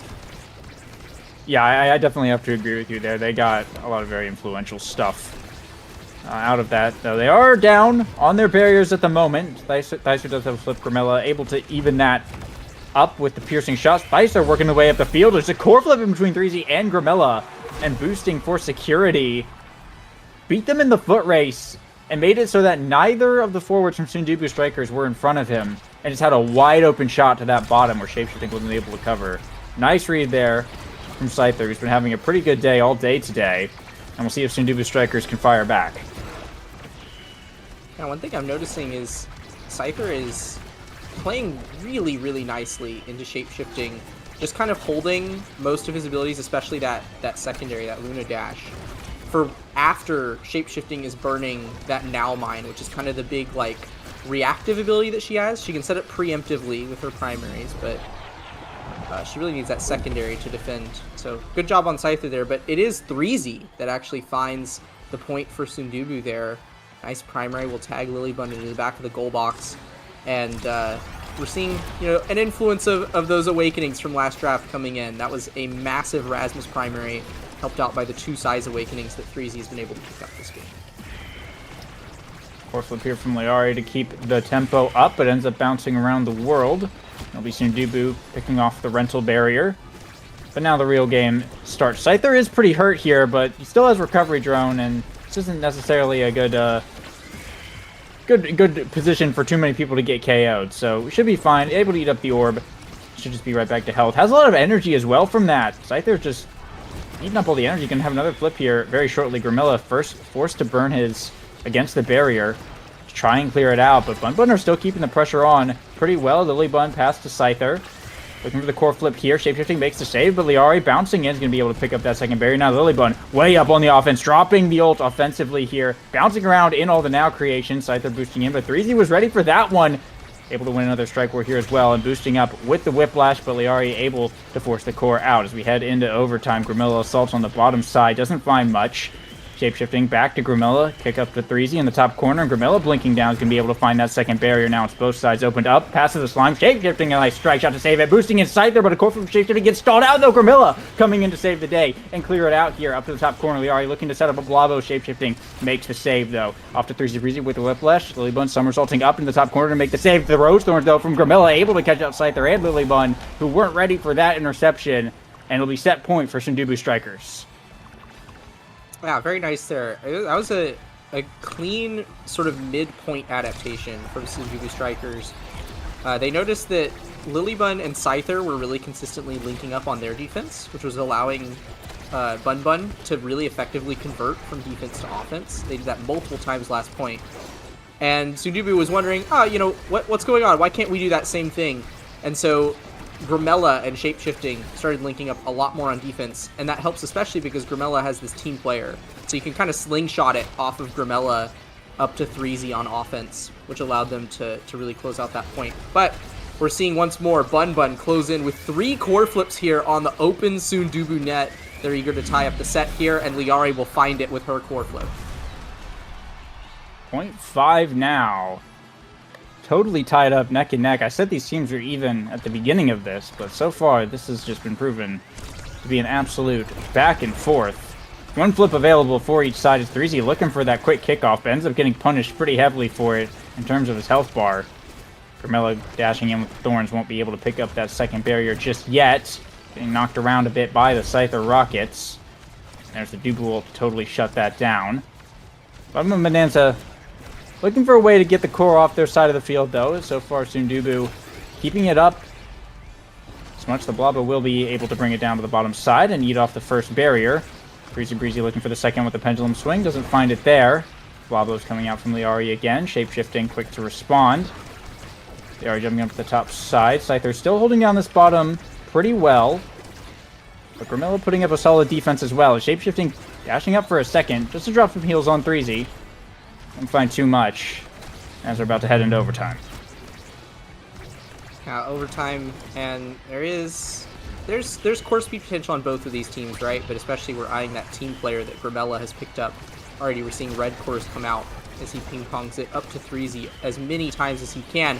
A clutch save there by Lilybun's log will keep the barrier from going down. Rose Warp goes wide though, hits Scyther 12 instead, who flips in front of the barrier, trades with shape-shifting, who will defend it away. Nice Luna nuke there, sends Grimella off of the core, and it'll be found. Barriers down for the Sundubu strikers now. Oh, almost able to line up a piercing shot there, but now 3Z Breezy in the top corner. Lilybun finds the center clear. Liari jumping up at the top corner, looking for a pass to Scyther, but Grimilla able to cover him pretty well. The Blobbo's coming out on the offense, but Sundubu able to hold it down. 3Z down to the bottom side, and that's going to be both sides opened up. Lilybun somersault to make the save, just barely in time. 3Z might have an angle around, but the wall will disappear. 3Z has the core flip available. Liari going to burn one first, though, just to get it away from him as much as possible. What a boost down dash! from Scyther to win the strike war against Grimilla. And Bun Bonanza close out set 3. They're up 2-1 now. One more, and they'll take game 1. That was insane. I mean, Scyther's Luna, it seems like it just gets more and more impressive every season, but so many goals have just been saved by the perfect dash at the perfect time, and that one was perhaps the most impressive that we've seen today. Liari is rewarded with Hot Shot here. That stacks on stacks additional speed and maneuverability on Scyther. It's going to be even harder for Sundubu to respond to. That being said, we're going to finally see that twin drive pickup by Grimella pay off with the help of this aerials. Some dash range as well as some additional projectile range on the Crystal Thorns ult. So definitely high value awakenings picked up by both sides, but for once, I think this is a Bun Bonanza one draft. And as they are a setup, and if they can take home one more, they'll be taking game 1. I think they're looking very ripe to close out our game 1 here, Lego.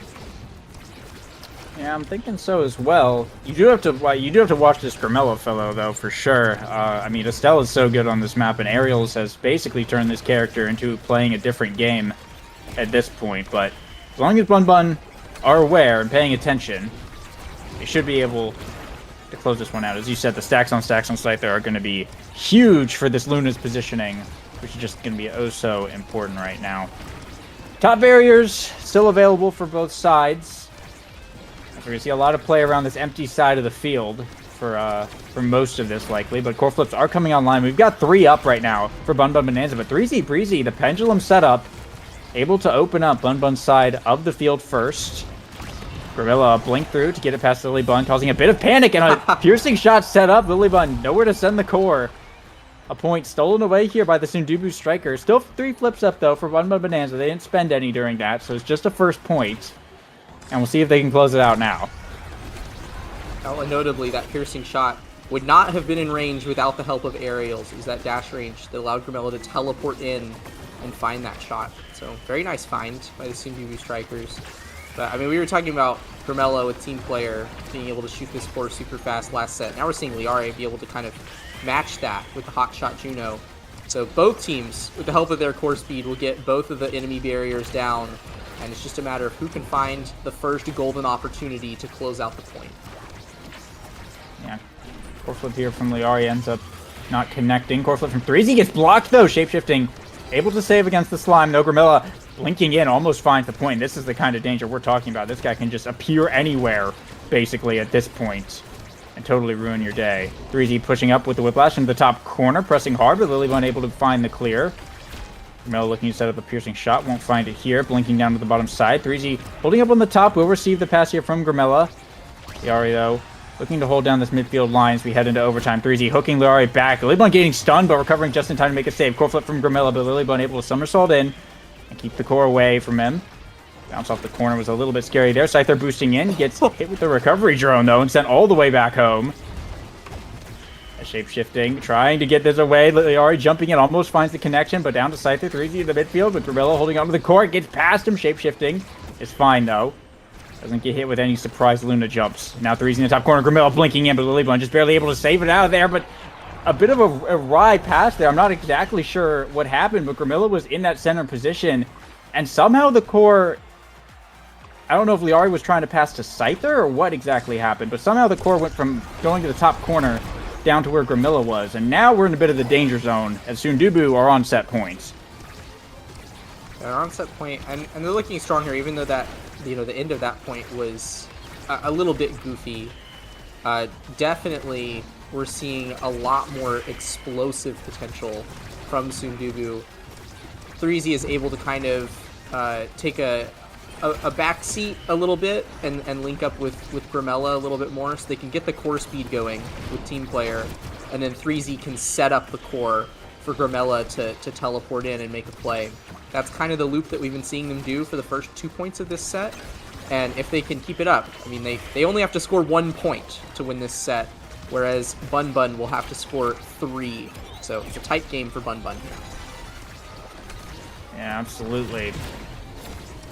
Crazy, those somersaults from Lilybun do so much damage with all that power and impact she has at this point, but Threezy holding on with that recovery drone and should be totally fine. But once again, here in overtime, this is where things start to get really sketchy. Core flips getting burned here. Shape-shifting, a pass up to Threezy, looking for the pendulum swing setup. Won't find it, ends up getting staggered instead. Core flip here from Scyther 12. Looking for a dribble, sets up Liari for the bounce, and they'll be able to open up the goal. But Threezy in return, and Grimilla blinking in is going to be able to pick up the point with a piercing shot. Sundubu Strikers bringing this one to a set 5. And I think we've begun to underestimate just how strong multi-dash aerials Estelle is when Grimilla is piloting on Oni Village. I mean, I'm telling you, this is like one of the most powerful setups in the game, like genuinely. Yeah, well, and Liari and Scyther are, you know, trying to play around it differently, right? They're trying to mark Grimilla a little bit better, but it's just leaving Threezy It's so wide hard, open. though. Yeah. It's so he can go anywhere on the map instantly, right? And you do it twice. Like, it's just really, really difficult to play around. And now he's got 2 primaries as well. Prime time here is incredibly powerful for Grimilla. Scyther's getting more speed. Lilybun does now have 229 power with the help of Might of the Colossus, which is kind of crazy. And Threezy, using his secondary, now gets a ton of speed. He's got 2 Haste Awakenings. And Shapeshifting picked up Monumentalist. There isn't a single person in this game who has, who doesn't have a absolutely disgusting build. So it's time. It's Battle of the Titans here. All 6 of these players are about as strong as their characters can get, and I'm just ecstatic to see who comes out on top. It'll be Sundubu Strikers. Threezy will pick up the first one with the help of that speed and then the massive size, and now this dude is hitting, what, 30% harder with his primaries with heavy impact and explosive entrance. Yeah, that is a scary Rasmus. All about the speed. Running fast and making the core go fast is the name of the game on this Oni Village map 1 for sure. And I mean, we're just seeing highlights of it constantly. Still 2 barriers up though for Bun Bun Bonanza. Scyther putting on a little bit of show in the defense. They will lose 1 inevitably though. That is just how this map works. Core flip here from Grimilla looking for the second one, but Lilybun too big. Too big. Can't get it past this Dubu. And they'll hold on to the top barrier here. 2 flips available. Threezy looking for this top side, gets knocked off the ledge by Scyther. 12 with the core flip, and that's going to reset the recovery drone. Threezy does have a flip of his own available here. A hook up, but Scyther able to intercept with the stack speed. He's rotate back around with the whiplash, pushing up. A huge now primary from shapeshifting core flip here from 50 Breezy onto the open goal. Lilybun able to stop it with a somersault though. Scyther 12 looking for a breakaway, drops the Crater Maker to buy some space, but Grimilla just dribbling up the field, has Threezy in his sights with the whiplash, but going to get knocked around by this Dubu yet again, and Bun Bonanza opening up the field now. Core flip gone from shapeshifting. Liari with the core flip in the top corner, looking for an angle, can't find one to pass to Scyther, but just gets blocked around. Back up to Threezy, looking for the bottom side. Lilybun too big, able to find the strike, with Grimilla dribbling up here. Threezy putting a lot of pressure on them, but a pass to the log, and it's going too fast for shapeshifting to find it from all the way downtown. It's a Lilybun goal. The Dubu log, getting that core speed, getting that spark of power to pay off, and they'll tie it up again. Yeah, when you have 230 power, you don't need team player. By the time you get to overtime, you don't even need to strike towards a teammate. I mean, Lilybun just struck that straight for the goal, and it went in because shapeshifting didn't have time to react to it. So overtime is now pretty heavily favored for Bun Bonanza. They've got the Hotshot Juno, and they've got Lilybun's insane striking power, whereas basically all that Sundubu has is Grimella and maybe a Stray Now primary, or like Threezy hooking it.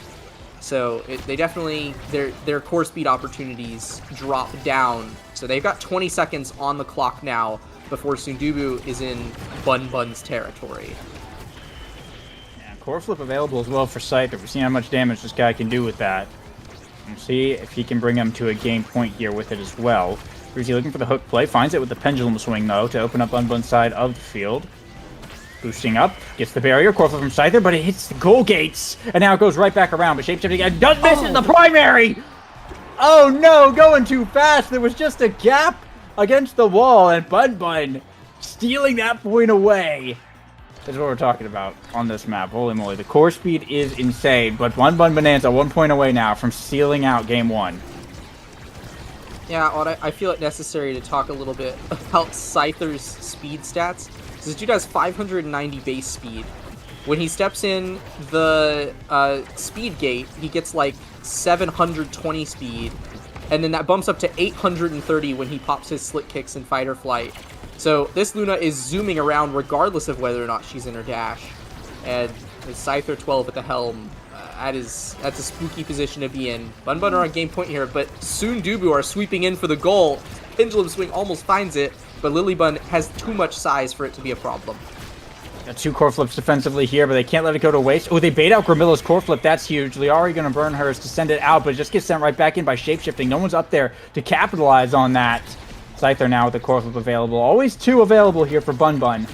They're not going to waste them if they don't have to.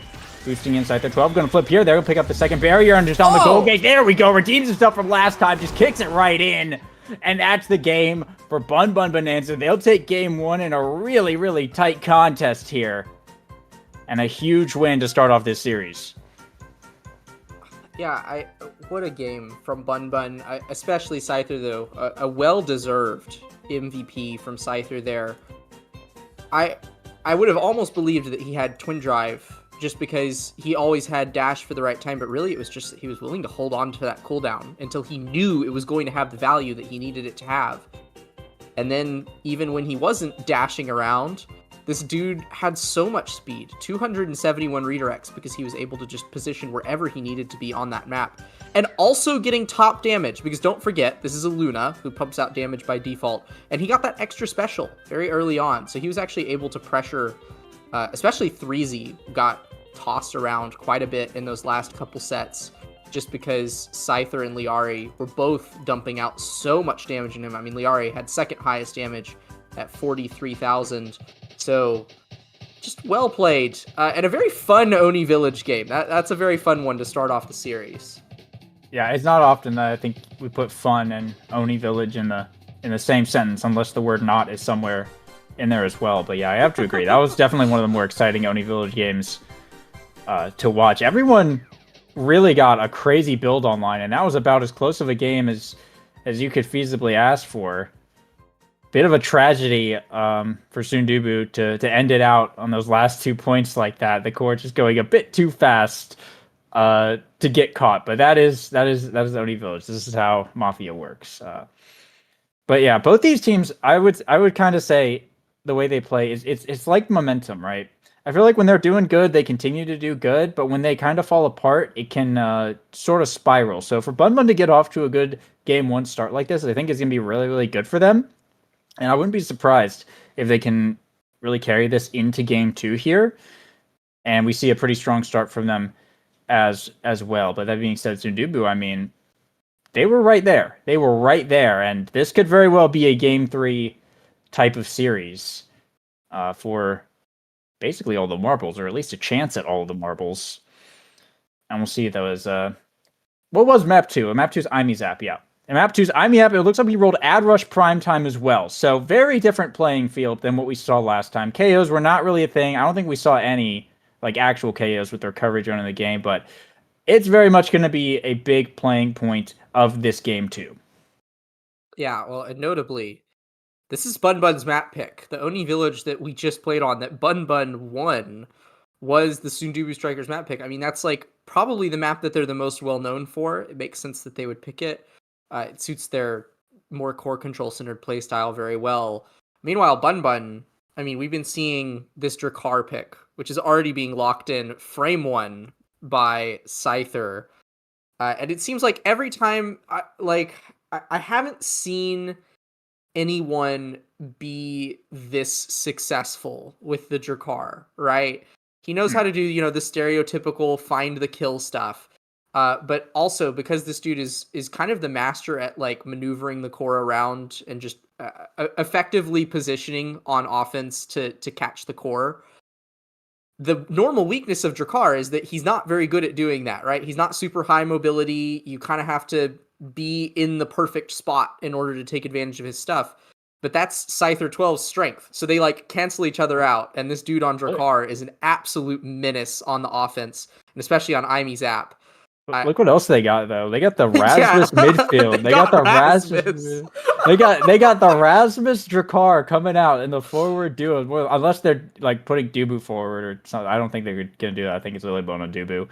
But yeah, very interesting team comp here. Whereas it looks like Sundubu going a very different direction. Looks like it's gonna be a Luna goalie for them, more than likely. Grimilla back on the Estelle, and 3Z Breezy rocking that probably Ad Rush Centauro.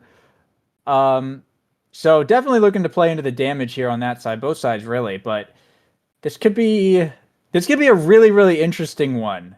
Rasmus midfield is not something I don't think we see too often, and especially not from Bun Bun Bonanza, unless I'm insane and also haven't watched any games this season because I've been like busy, but yeah, I mean it's a bit of a throwback to the classics, yeah. Right?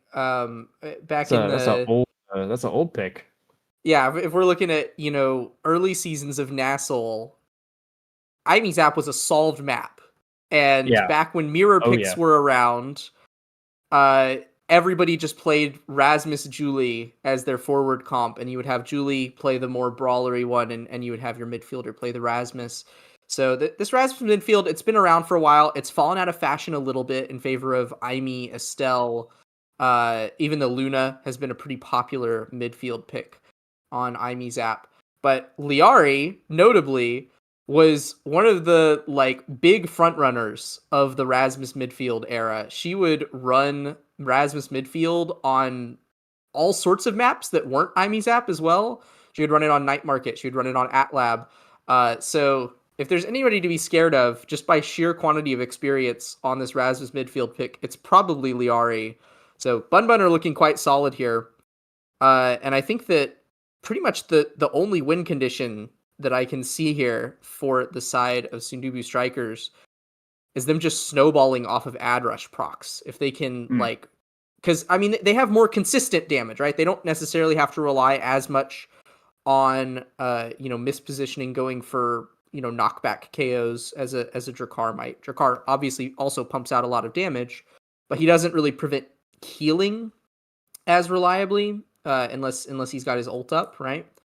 So I think between Estelle, Zentaro, Luna, you have a more reliable route to KOs as long as the points are going for a long time. So if Sundubu can stall out these points and get a power play going off of an ad rush proc or two, they definitely will be able to find victory in this one. But there's a lot relying on that. Yeah, as you said, they definitely have more consistent ways to dish out damage, whereas Bun Bun, they want those missed positions, they want those edge KOs more than anything, playing around the center of the field. And both teams really are going to be putting probably a lot of stock in that ad rush. I mean, I could see some. The goalies probably could go primetime. Maybe the Luna still goes ad rush. I don't know.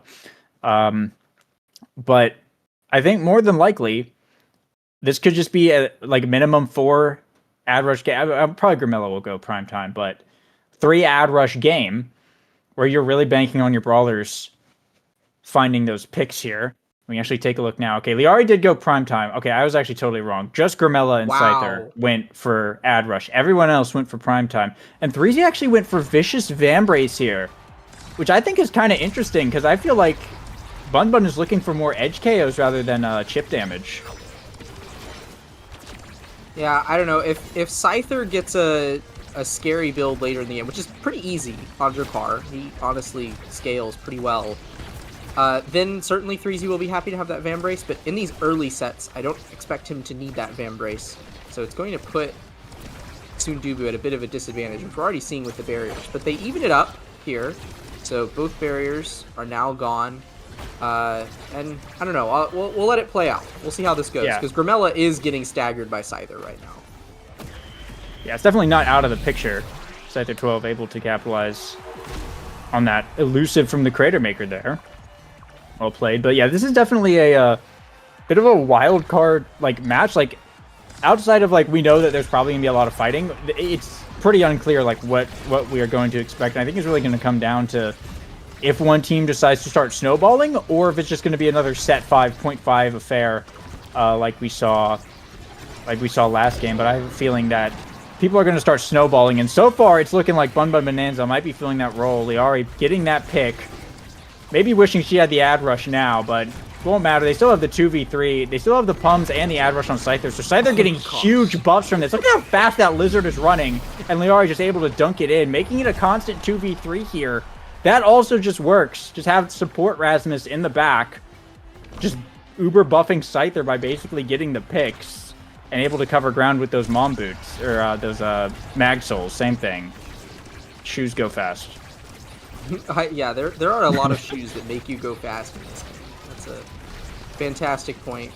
Yeah, 3Z and Grimella, I fear for their lives a little bit. I mean, we saw both of them get KO'd last point. And Scyther and Liari just immediately setting up the perfect goal there. That's a very convincing 3-0 from Bun Bun in set 1. Yeah, I mentioned before that this feels like a momentum-based team, and so far they're showing it. So far they're absolutely showing it. Extra Special showing up on this draft is a little bit terrifying. We do have explosive entrance here on the board, a couple Dash Fiends in this game as well, but of course it'll be Happy Star for the Rasmus. Hot shot here for the Estelle, but explosive entrance going over to Scyther 12 is, I think, kind of scary. A little bit terrifying. Team player here Very for the Luna. Lilybun going for more size, and 3's just having settled for the Sparks, but Bun Bun Bonanza. After that set 1, I'm convinced that their comp, they know what they're doing on it. And after that draft, I'm now convinced that they have a pretty sizable leg up in this game. Oh my gosh. Yeah, Scyther is going to have no problems finding KOs now. I mean, he can, with that explosive entrance, be anywhere he needs to be to drop those shotguns down, and they deal more damage. And this guy's got pummelers, so he deals a ton of knockback as well. And he immediately finds 2 KOs! Criminal. Lock him up for that.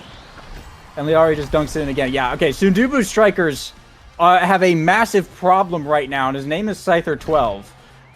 I don't know how they can immediately respond to this. I don't think they can. They might just have to play for the next draft and pray they get something and are able to reset. I don't know. Or they just have to find some way to lock in. But another pick here from Liari. Scyther almost taken off the field by Grimilla. But won't find it. Just going to run back up and shotgun him off the field. And now it's another 3v1 yet again for Bun Bun Bonanza. Liari going to dunk it in. It's the same formula. Liari gets a pick. Scyther procs all the move speed, runs up, gets another pick. It's a 3v1. Liari dunks it in. That's literally how the last 5 points have played out. Yeah, this Scyther dude is so scary on the Drakkar. So scary. I will say, so Bun Bun, they've gone for the win condition that I predicted at the start of the match. Not Bun Bun, sorry.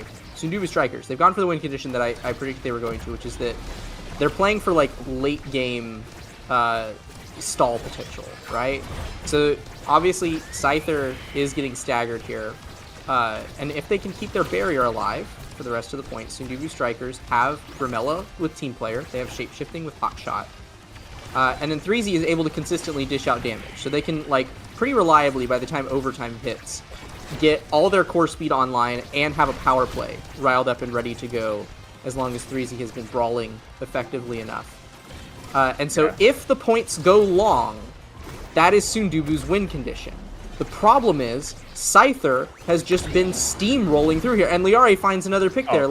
These points aren't going to make it to overtime if Bun Bun keep going like this. That being said, overtime is clocked in right now. Here's Sundubu's time. Nice setup there from Shapeshifting, the piercing shot off of his own core flip to get the barrier. So now both sides opened up. The best chance Sundubu have had so far this game to make something happen. Grimilla always has to be so careful about his positioning, though, because Scyther can just go invisible and launch him off either the side or into the center. Or Liari can just hook him as well. And then this happens. Another 2v3 for the Sundubu Strikers. And they'll dunk it in yet again. 6-0 for Bun Bun Bonanza. Sundubu Strikers, they're playing for late game, but Bun Bun are making it so that this is not going to go to a late game. One more set away from ending this entirely. Oh my gosh, Deadeye is on the field. Forget Deadeye, spec trading. 1-2 spec. Oh my god. Oh, a modern tragedy. It's a modern tragedy. They are able to take the Super Surge, though. Modern Rasmus is here. Yeah, modern Rasmus is here. The spec trading, the Deadeye. I don't need it. Super Surge is all the rage. They're killing anyway. Right They're now. just going to kill anyway. Super Surge, it's a good deny from Shapeshifting as well. They do get a 1-2 punch. Twin Drive here for, didn't go for the Deadeye. Scyther did not go for the Deadeye. I guess he doesn't have any range enhancements, so I guess it makes sense. Yeah, Deadeye is not a crazy valuable pickup on Drek. Definitely the Twin Drive he's going to find more value out of. He gets that damage buff more often, as well as that burst of speed, right? Normally, the speed boost, not really super influential on Drakkar, but because he has explosive entrance, he goes pretty fast with it. Yeah, absolutely. And Bun Bun off to another explosive start here. Scyther getting staggered. Will have to fall back, but Lilybun quick to take his place up on that midfield line. Back pass here to Lilybun. He's able to get it around Grimilla, but a nice strike shot, or a nice strike placement from Grimilla to get it around, and Lilybun able to clear it around the back of the barrier here. Shape-shifting, forced to play some defensive Kratom Maker coming in. Lilybun able to make the evasion, and Scyther 12 walking up. That's a 6 KO streak on to 3Z Breezy. Scyther 12 looking to dunk this one in, but the core slipping past Bun Bun Bonanza, though. It will ding their barrier. 5 seconds till 3Z comes back with passive Scyther 12. Doesn't even need a flip. Just shotguns it right to the bottom side, and Bun Bun Bonanza, they will stay on a roll. Yeah, I mean, even when that ad rush speed wears off, still for about 5 seconds after that, Scyther is rocking the pummeler speed, which is 30%. So a power play becomes, exponentially more powerful than it normally is. Any given team, you're always going to be up a player when you're in a power play. Here's Sundubu's opportunity. So they get just a player bonus here, which they're more than happy to take. And Scyther 12 being staggered. Hold on, they might get an ace here. Don't even need it. It would be an ace, though, if they hadn't scored. 3Z had the primary lined up. But Shapeshifting changing the game, punishing Lilybun for the walk-up, and suddenly things fall apart. The complacency from Bun Bun Bonanza was their downfall at that point. And Sundubu Strikers showed that they have not gone anywhere. If they are able to steal one set away, I think things become increasingly difficult for Bun Bun. Now, just bouncing Scyther around. Shapeshifting gets a KO with the strike shot. That's a barrier gone. Pum's activated on Grimilla. A backwards core flip off the center. Shapeshifting pushed up here. Now they're looking for the point. They want blood. They want revenge for those first 2 sets. 3Z to the top side, but the Lily Bun there. And Scyther is back online again, a 3v3. But Dubu are not letting up the pressure at all. Scyther, no one to pass it to. It just goes back into Gramilla's possession. Passing place here with 3Z Breezy. Lilybun can't find the somersault, but is big enough to block the shot. The hook comes out. Scyther, a shotgun into the hook. A beautiful combo from Bun Bun Bonanza. Now it's a 2v3 yet again. Bun Bun Bonanza need to bring down this barrier, though. They are getting staggered. The core flip from 3Z's going to send her off the edge and send the core into the goal. Now on set point, Sundubu Strikers, they have not left the game. They've returned to the chat, and they are here to fight back. Yeah, they got just enough influential awakenings in the last draft, and then more critically than the awakenings actually, is the playstyle switch up. You said that Scyther 12, and I mean, it didn't need saying, but Scyther 12 is clearly the problem here, right? Bun Bun Bonanza absolutely steamrolling when he's able to get online. But Sundubu, if they can kill him, Gramella finds the response here, gets an ad rush proc of his own. If they get enough of those, Scyther 12 no longer is the problem, and now Gramella becomes Bun Bun's problem. Yeah, all of Sundubu really. Shapeshifting is just pushing up to this midfield line and making things so difficult. And 3Z is just running around like a rat back there, being such a nuisance. With all these extra cooldowns. And the double sparks as well. So we are back to a 3v3. Scyther is pretty low. Core flip here from Gramella. Almost staggered Scyther. Actually, they will pick up the barrier though. Shapeshifting to send the core right back in. He already finds the pendulum swing. Looking to convert. Tofu Fortress coming out, but a boost up from Gramella, trying to get back to 3Z Breezy. There's a Crater Maker. Lilybun forced to evade here. Scyther now attacking the bottom side. Shapeshifting a sword angle. What a save! They already can't find the pendulum swing setup, though. Could be devastating, but down to Scyther 12, who will find the point, finally, and bring Bun Bun to match point. One more away from closing this out, Sundubu. They're still on set point here, but they cannot afford any more mistakes. They have shown that they can potentially win this and come back. And we'll see if they're able to make it happen. Yeah, they've got a slight energy advantage as well. 2 core flips to them, whereas Scyther is the only one close to core flip. But that quickly gets turned around. Liari hooking 3Z into the hole, and Shapeshifting is immediately forced to burn his core flip. With this power play, it's turned around, but Shapeshifting finds a stray barrier there. Scyther responds. It's 3Z back on the board now. 3v3, both sides opened up on point 5 here. Potentially for game 2. Sorry versus Gramilla in the midfield. They are able to get it past, but not able to do much with the core after that. Scyther does have the flip available. Walking up the field, Gramilla, though, boosting in. Nice illusion evade against the shotgun. The Tofu Fortress coming out. Scyther boosting up invisibly. Gets knocked around. The core flip's coming out, but there's a Crater Maker. They end up with Gramilla off the field. They are with the hook into the top side. The pendulum swing for fun. And that's going to be the game and the series. Bun Bun Bonanza take the game 9-2. They will close it out, and they will be moving on to the grand finals to face, once again, what seems to be their arch nemesis, Hungry Like Nephew, the multi-headed Hydra. See if they can bring down the beast in NASL Season 6. Oh my. We were talking about Scyther that whole game with the 7 KOs, but Liari actually matched him on that stat with the 7 KOs and took the set MVP there. So she's reminding us, first of all, why she's kind of the maestro of this Rasmus midfield pick, just as she was back in the good old days. Hasn't lost that touch yet. And also reminding us why Rasmus midfield is to be feared on Imi's app. Because the amount of hook kills that she got on the whole were just, I mean, it was 7, I guess. That was the number.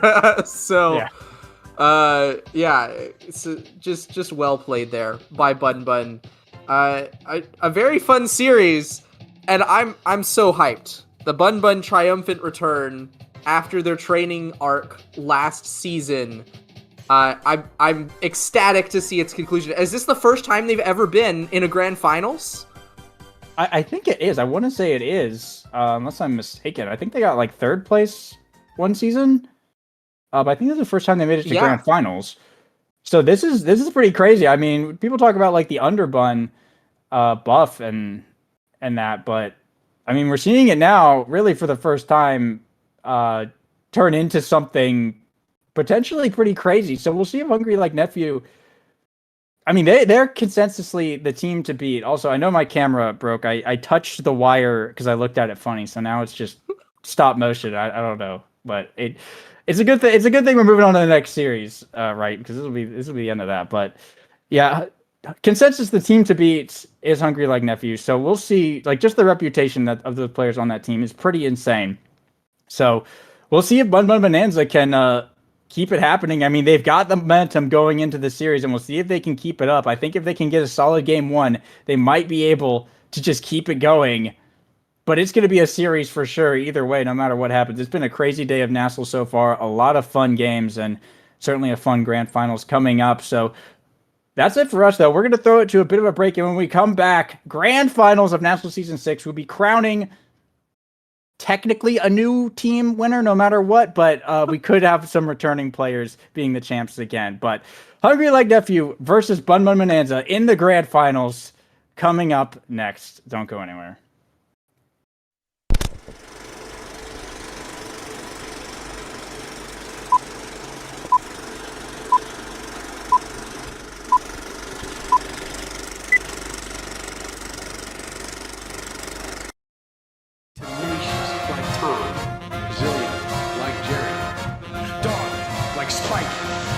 Hungry like Nephew.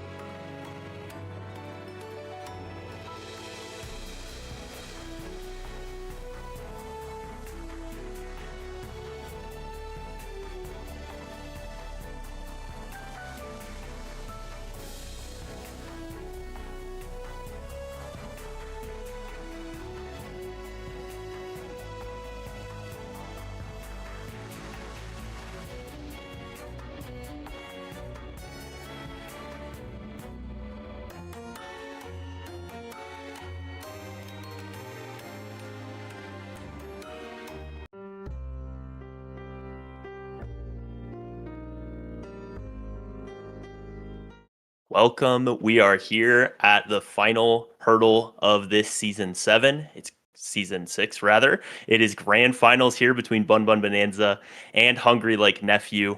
We've had a few teams. We saw this matchup just a little bit ago in winners finals, but here we are loading into our first map on Atlas's lab. What are you looking for, Saya? And pleasure to be casting with you. Yeah, I'm glad to see you here, Weston. You've had quite the journey so far this season, and I think and there's one team you might be rooting for here. But taking a look at the draft, it's going to be AtLab, a classic map, but I think was mentioned a little bit before we came live. You're a little afraid for one of the goalies here, right?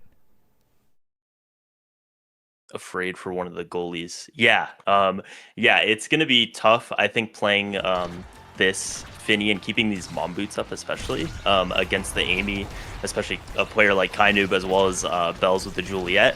I just think it's going to be a tough matchup here. But Vaughn as well also going for the mom boots. I saw in the pregame chat they were kind of talking about how they both are really big proponents of the mom boots. They're both going for it here, and I think it's going to make for a really interesting goalie matchup here. Yeah, and Vaughn, right? Not you already lose. It's Vaughn and Kainoob both on the field at the same time here, with Vaughn being in the goalie slot. The two most MVP players in the history of North American Strikers League on one roster. Bun Bun Bonanza already being put under pressure by Bells, like you mentioned. Juliet getting it done there, and Hungry Like Nephew getting first blood. Yeah, Lilybun's job already just looking so difficult against that Juliet here, and starting with the size as well. Going for the slick kick, so just so much carry potential there. And yeah, having Kainoob and Vaughn on the field at the same time here in Grand Finals is extremely scary, I think, once you're loading in and seeing that. But so far, Scyther doing a good job in this point, getting the goal barriers open early. And Liari finding a KO on to Vaughn on the goal line as well. The core, though, will sneak past both of them, and there's not enough speed to get there, but they do still have the power play for just a little bit longer. Scyther trying to find it in the corner. The flip from Bells, and he uses the black hole perfectly to score that one. Yeah, it's just a little bit of impatience from Bun Bun Bonanza. They try to just strike it through, and Bells finds the opening, takes the shot, 2-0 in the favor of Hungry Like Nephew here. And it doesn't look like they're slowing down at all. Bells, despite the big finish, already getting the first barrier here. Yeah, and Kainoob just not missing any abilities. I saw a little bit of the pre-show, and that's exactly what Sorn was talking about. And, you know, we didn't know necessarily that Vaughn was going to be in here as well, as the flip goes backwards, but those bomb boots and glass cannon are enough for Lilybun to get back, so it'll continue. Kainoob is just so efficient with those abilities that it's always going to be taking those boots away. It's always going to be putting the pressure on the forwards and the goalie of Bun Bun Bonanza, as Lilybun just keeps stepping up, keeps going for it, and the insta-flip as well there, not quite catching them off guard, but pushing up a KO found, and we'll see if they can convert the power play this time, as Kainoob's dash is down and Bells has to go back and play defense. Yeah, and Bun Bun patiently passing around, and the card will take out Kainoob as well. It's a 1v3 for the moment. Vaughn back, and the slime will help out. Lilybun's got to be careful here. There's been quite a few situations today that she's been punished for stepping up, but not this time. Scyther pokes it through, and Bun Bun are on the board.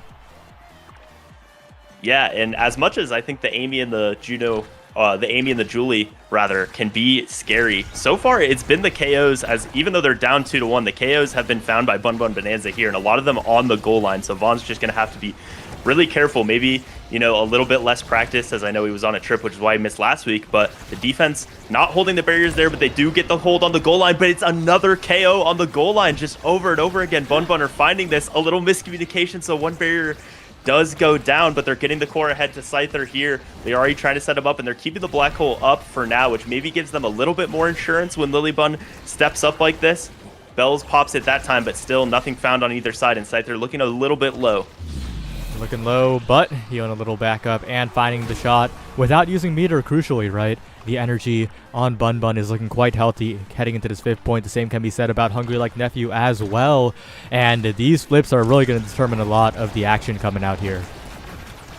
Yeah, and we had a lot of close sets and close games, especially that second map when we saw these two teams in winners finals just a little bit ago, as Scyther does use that first flip, misses the abilities on Bell, so maybe he's going to get a chance to use it, but if they can put the damage on here, which Lilybun is trying to do so, and they do find the KO on the other side, Liari finding the barrier as well, so here's a chance for Bun Bun to go ahead as they get 2 KOs. Liari strikes it out of the slime, and the first set of this grand finals is going to Bun Bun Bonanza. And Bumble Bonanza right now, a long road ahead of them, right? The grand finals and the reset. Not many teams have taken it all the way through. It is an extreme rarity, and I believe has never happened in the North American Strikers League itself. Unless I'm wrong here. So either way, not going to be easy, but this set is looking pretty good for them. Yeah, no size showing up for Scyther, but he gets the next best thing, I think, in Fight or Flight right here, which, along with the Slicks, is just going to give so much carry potential. And I think something like the Juno is going to really have trouble if Scyther can get that core in open space, which is always what Bun Bun is looking to do. And the Lily Bun getting team player as well is going to help that. Kainoob getting some dash range with the aerials, and Bell's a little bit more damage is going to be helpful, but I still think that draft, getting the speed on Scyther and the team player on Lily Bun is going to be very scary for Hungry Like Nephew to deal with. Yeah, and my memory already being corrected here. Of course, Season 3, Sad Boys 2-0-2-0 against EKC. But this is part of that team, right? That did just that Bun Bun are facing. Right now, though, Scyther with a lot of control in the enemy net will secure the goal, and Bun Bun still looking good. Yeah, still looking like there's just not much for Kainoob and Vaughn to do on defense with all of the coverage of the outclears that the cards from Lilybun, the primaries from Liari, and then of course the hooks from Scyther are all covering. And when Lilybun is just pushing up like this, there's no chance for them to really punish when it just stays in the corner. But a punish is found by Bells there on Scyther, who's taking damage the whole point, that heavy impact putting a little bit more damage, but Liari is able to get that second barrier open in the reverse power play, and with Scyther almost back up, and a great flip from Lily, they still have one barrier remaining. Liari taken low now. Good evade to not get flipped off by Kainoob, and the big finish will pop the center. Kainoob in a lot of danger. Triple take gonna slow down the flip play. Bell is building up a lot of meter here. Has the flip available in the open net situation. You gotta be careful. Scyther navigates around absolutely everything as Kainoob is low, but nowhere near being KO'd here. And the Slimes will send it around. Bell's in position, choosing not to flip just yet, waiting for the perfect opportunity as Liari fends it away. Kainoob still advancing, still healed up, and Bell's almost guaranteed, but Lilybun with the big finish will deny it. The glitch pop now, dangerous, but Liari helps fish it out, and a shot around, and Vaughn trying to save it, pixels off the angle on the bumper as Liari makes the clutch play. Yeah, extremely clutch play a couple times there to keep that point alive, and then Liari is able to set up the score. And I think you do notice that the damage here with the heavy impact, the Deadeye from Vaughn, it is starting to stack up where there's a lot more pressure onto Bun Bun, but they're still just controlling the core so well, and Scyther has such a strong build at this point that it's so hard for them to be able to continue to use those abilities for damage. They're using some of the Liari here, but not quite finding it. And just once again, it feels like every time we're 15 seconds into the round, the goal is open, and Lilybun is able to step up just like this. Yeah, but kind of looking to punish here. Liari trying to deny it, but not quite going to get it this time. As Bells and Vaughn also stepping forward. The momentum boots having a lot of forward presence here as Vaughn drops back. The flip baited out. Scyther now resourceless in the enemy net. And the passing play beginning for Bun Bun. Liari looking for an angle, but denied away by Hungry Like Nephew yet again. And Lilybun gets caught out by Bells. There's the glitch pop from Kainoob to tap it in. And Hungry Like Nephew capitalized on the overextension. Yeah, and Bells did a great job of just shadowing Scyther because, like I said, with the slick kicks, the fight or flight, he has so much offensive potential once he gets the core. So Bells with that flip just stood in front of him for as long as he could, would not let Lilybun pass it to him in open space, and then eventually he found the punish on the push-up. Really well done by Bells there. He was able to hold on to that flip as well, and it's going to be a lot of pressure here as he goes for damage, goes for potentially the double barrier, but just gets one that time. Liari's got to be careful, but Bells catches the pass on the black hole angle as Lilybun sends it away for now, but this barrier advantage is huge. The KO combo is huge. The dash pop from Kainoob, but now Bells dribbling to the bottom side actually gives Lilybun an opportunity to save it there. A slight mistake from the brawler of Hungry Like Nephew, and the respawn's coming in. Yeah, Scyther's back and using those abilities on defense, getting the speed up, trying to make it happen, and Kainoob dashes a little bit too far so that they do get the core behind him. Liari falling back to play defense behind Lilybun, which is what you just see from this team all season, multiple seasons. But it is Bell who finds the double stun there, the Amy turret as well for insurance. And we're all tied up, heading to a .5 once again here. Yeah, despite the overcooking earlier, just the perfect amount on that dash punch there, getting the hits done, finding the goal, but Scyther on the other side, not getting KO'd by Kainoob's attempt on his life, and Bum Bum Bonanza off to a 2-barrier lead already in this critical final point of the set. Kainoob low, but 1 barrier earned by Bells, and the glitch pop will interrupt the pass. Bells is in the midst of everybody, not going to score just yet, but wins a strike war, and that's going to be the game tied up. Yeah, that's what just happened. Looked exactly what the Hungry Like Nephew defense has been dealing with all game. They just would not let it come out. Went for a little bit of a riskier play, but Kainoob just had the read to get that second barrier. And then it was Bells with all the pressure in the world in the corner. And it will be Kainoob, who I think we didn't say his name quite as much that time, but he was doing so much on defense and offense, found a big KO as well, and he will be rewarded with peak performance, was just going to help him stay alive, give him that speed as well. But with how Lilybun is playing, stacks on stacks going to her is going to be scary here as well, I think. Yeah, the sheer uptime on the speed, as long as those stacks are kept, will be quite difficult to deal with, walking past the enemy forwards to make plays, to strike it away. But I think a pretty good game state here for Hungry Like Nephew as well, with just a lot more stability, especially on Vaughn, right? That size, a little underrated on the Juno, makes it a lot easier to do a lot of the plays, and Bell's already finding the KO. Yeah, but the double size did mean that Scyther was still able to find himself some size as well, and this build on Scyther is very scary, but so far that's not really mattering. He's having to use all those abilities on defense here as the early power play and double barrier was found, but Liari and Scyther are now setting up. Lilybun with all that speed is able to get back for that one. And they're trying to get back into their game plan that helped in that first set, but it goes all the way around, so they won't find the conversion right here. Bell's posturing for that stun, but not quite finding it, and the core will reset back into the other corner. Yeah, the spirit of Sad Boy still living on in this team here as Scyther pulls it away. The curvature, though, unfortunately, is going to make it difficult as the core spirals around. Kainoob with flip available, waiting for the opportunity to jump in. Has to use it defensively and will send it forward. Maybe for Bells, maybe for a glitch pop. Not quite enough this time, but as overtime hits, that Juno's getting a lot scarier, and the strike war still being won by Hungry Like Nephew. Yeah, and you know, a lot of MVPs on the side of Hungry Like Nephew, but Lilybun is not letting that change her playstyle, make her scared at all. She is still stepping up all the time and finds a beautiful pass with the team player there to Scyther. We'll see if he can find a conversion, as Vaughn does have the flip, so a lot still to be done, but they do finally get the barrier open. A lot of damage found on Lilybun and Liari, and another insta flip from Lilybun off of her ultimate. Doesn't quite find it, but Scyther now with that slick kick speed, with all the size, is trying to find it, but it's the Blobos being found, and it's another insta flip on the other side.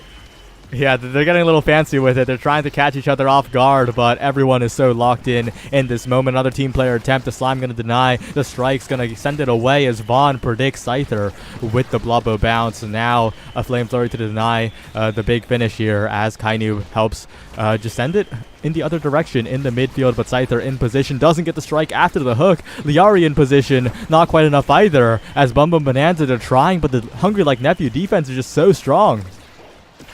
Oh, and it goes between, but Liari's able to get there in time. Still being held up, and even with the team player's speed, it's just not enough for Bun Bun. They're not able to convert after all those chances, and the core goes off the slime. Vaughn with the redirect to the bottom at a perfect angle, and it is found. When you get to overtime, I feel like this Kazan with the team player on Lilybun should be so scary, and it was a lot of scary situations for them there. While Hungry Like Nephew with Kainoob and Vaughn on the defense were able to find it that time. Yep, taking it slow here against the big finish. They get it through and find a barrier on the other end. The Hungry Like Nephew defense, though. Vaughn, the one caught a little overextending, and the barrier does fall. Lilybun rotating it to Liari around the world. Bun Bun sending it spiraling, but unable to find the goal just yet. No big openings. The slimes, everything but Kainoob is there despite the recovery drone being popped. Hungry Like Nephew holds strong still. A flip available for Bells. Vaughn nowhere near being taken out there. And now they just transition to offense so quickly as well. Yeah, and Bells with this flip uses it a little bit far away, but is still able to find the stun there. So it's a lot of energy on Bun Bun, but the goal is open, and the core is on this side for Hungry Like Nephew, and it's a perfect glitch pop right between. Lilybun maybe in range for the flip, but didn't think she needed to there, and it's a second point found for Hungry Like Nephew. A lot of momentum in their direction now. Yeah, not a great point for Bun Bun Bonanza. Really something that you would not wish to let slip away here, but that's a barrier take. You got to reset. You got to figure out how to recenter yourself when those situations happen. And with a lot of meter, these flips might be the answer, but Hungry Like Nephew, they've got energy of their own here.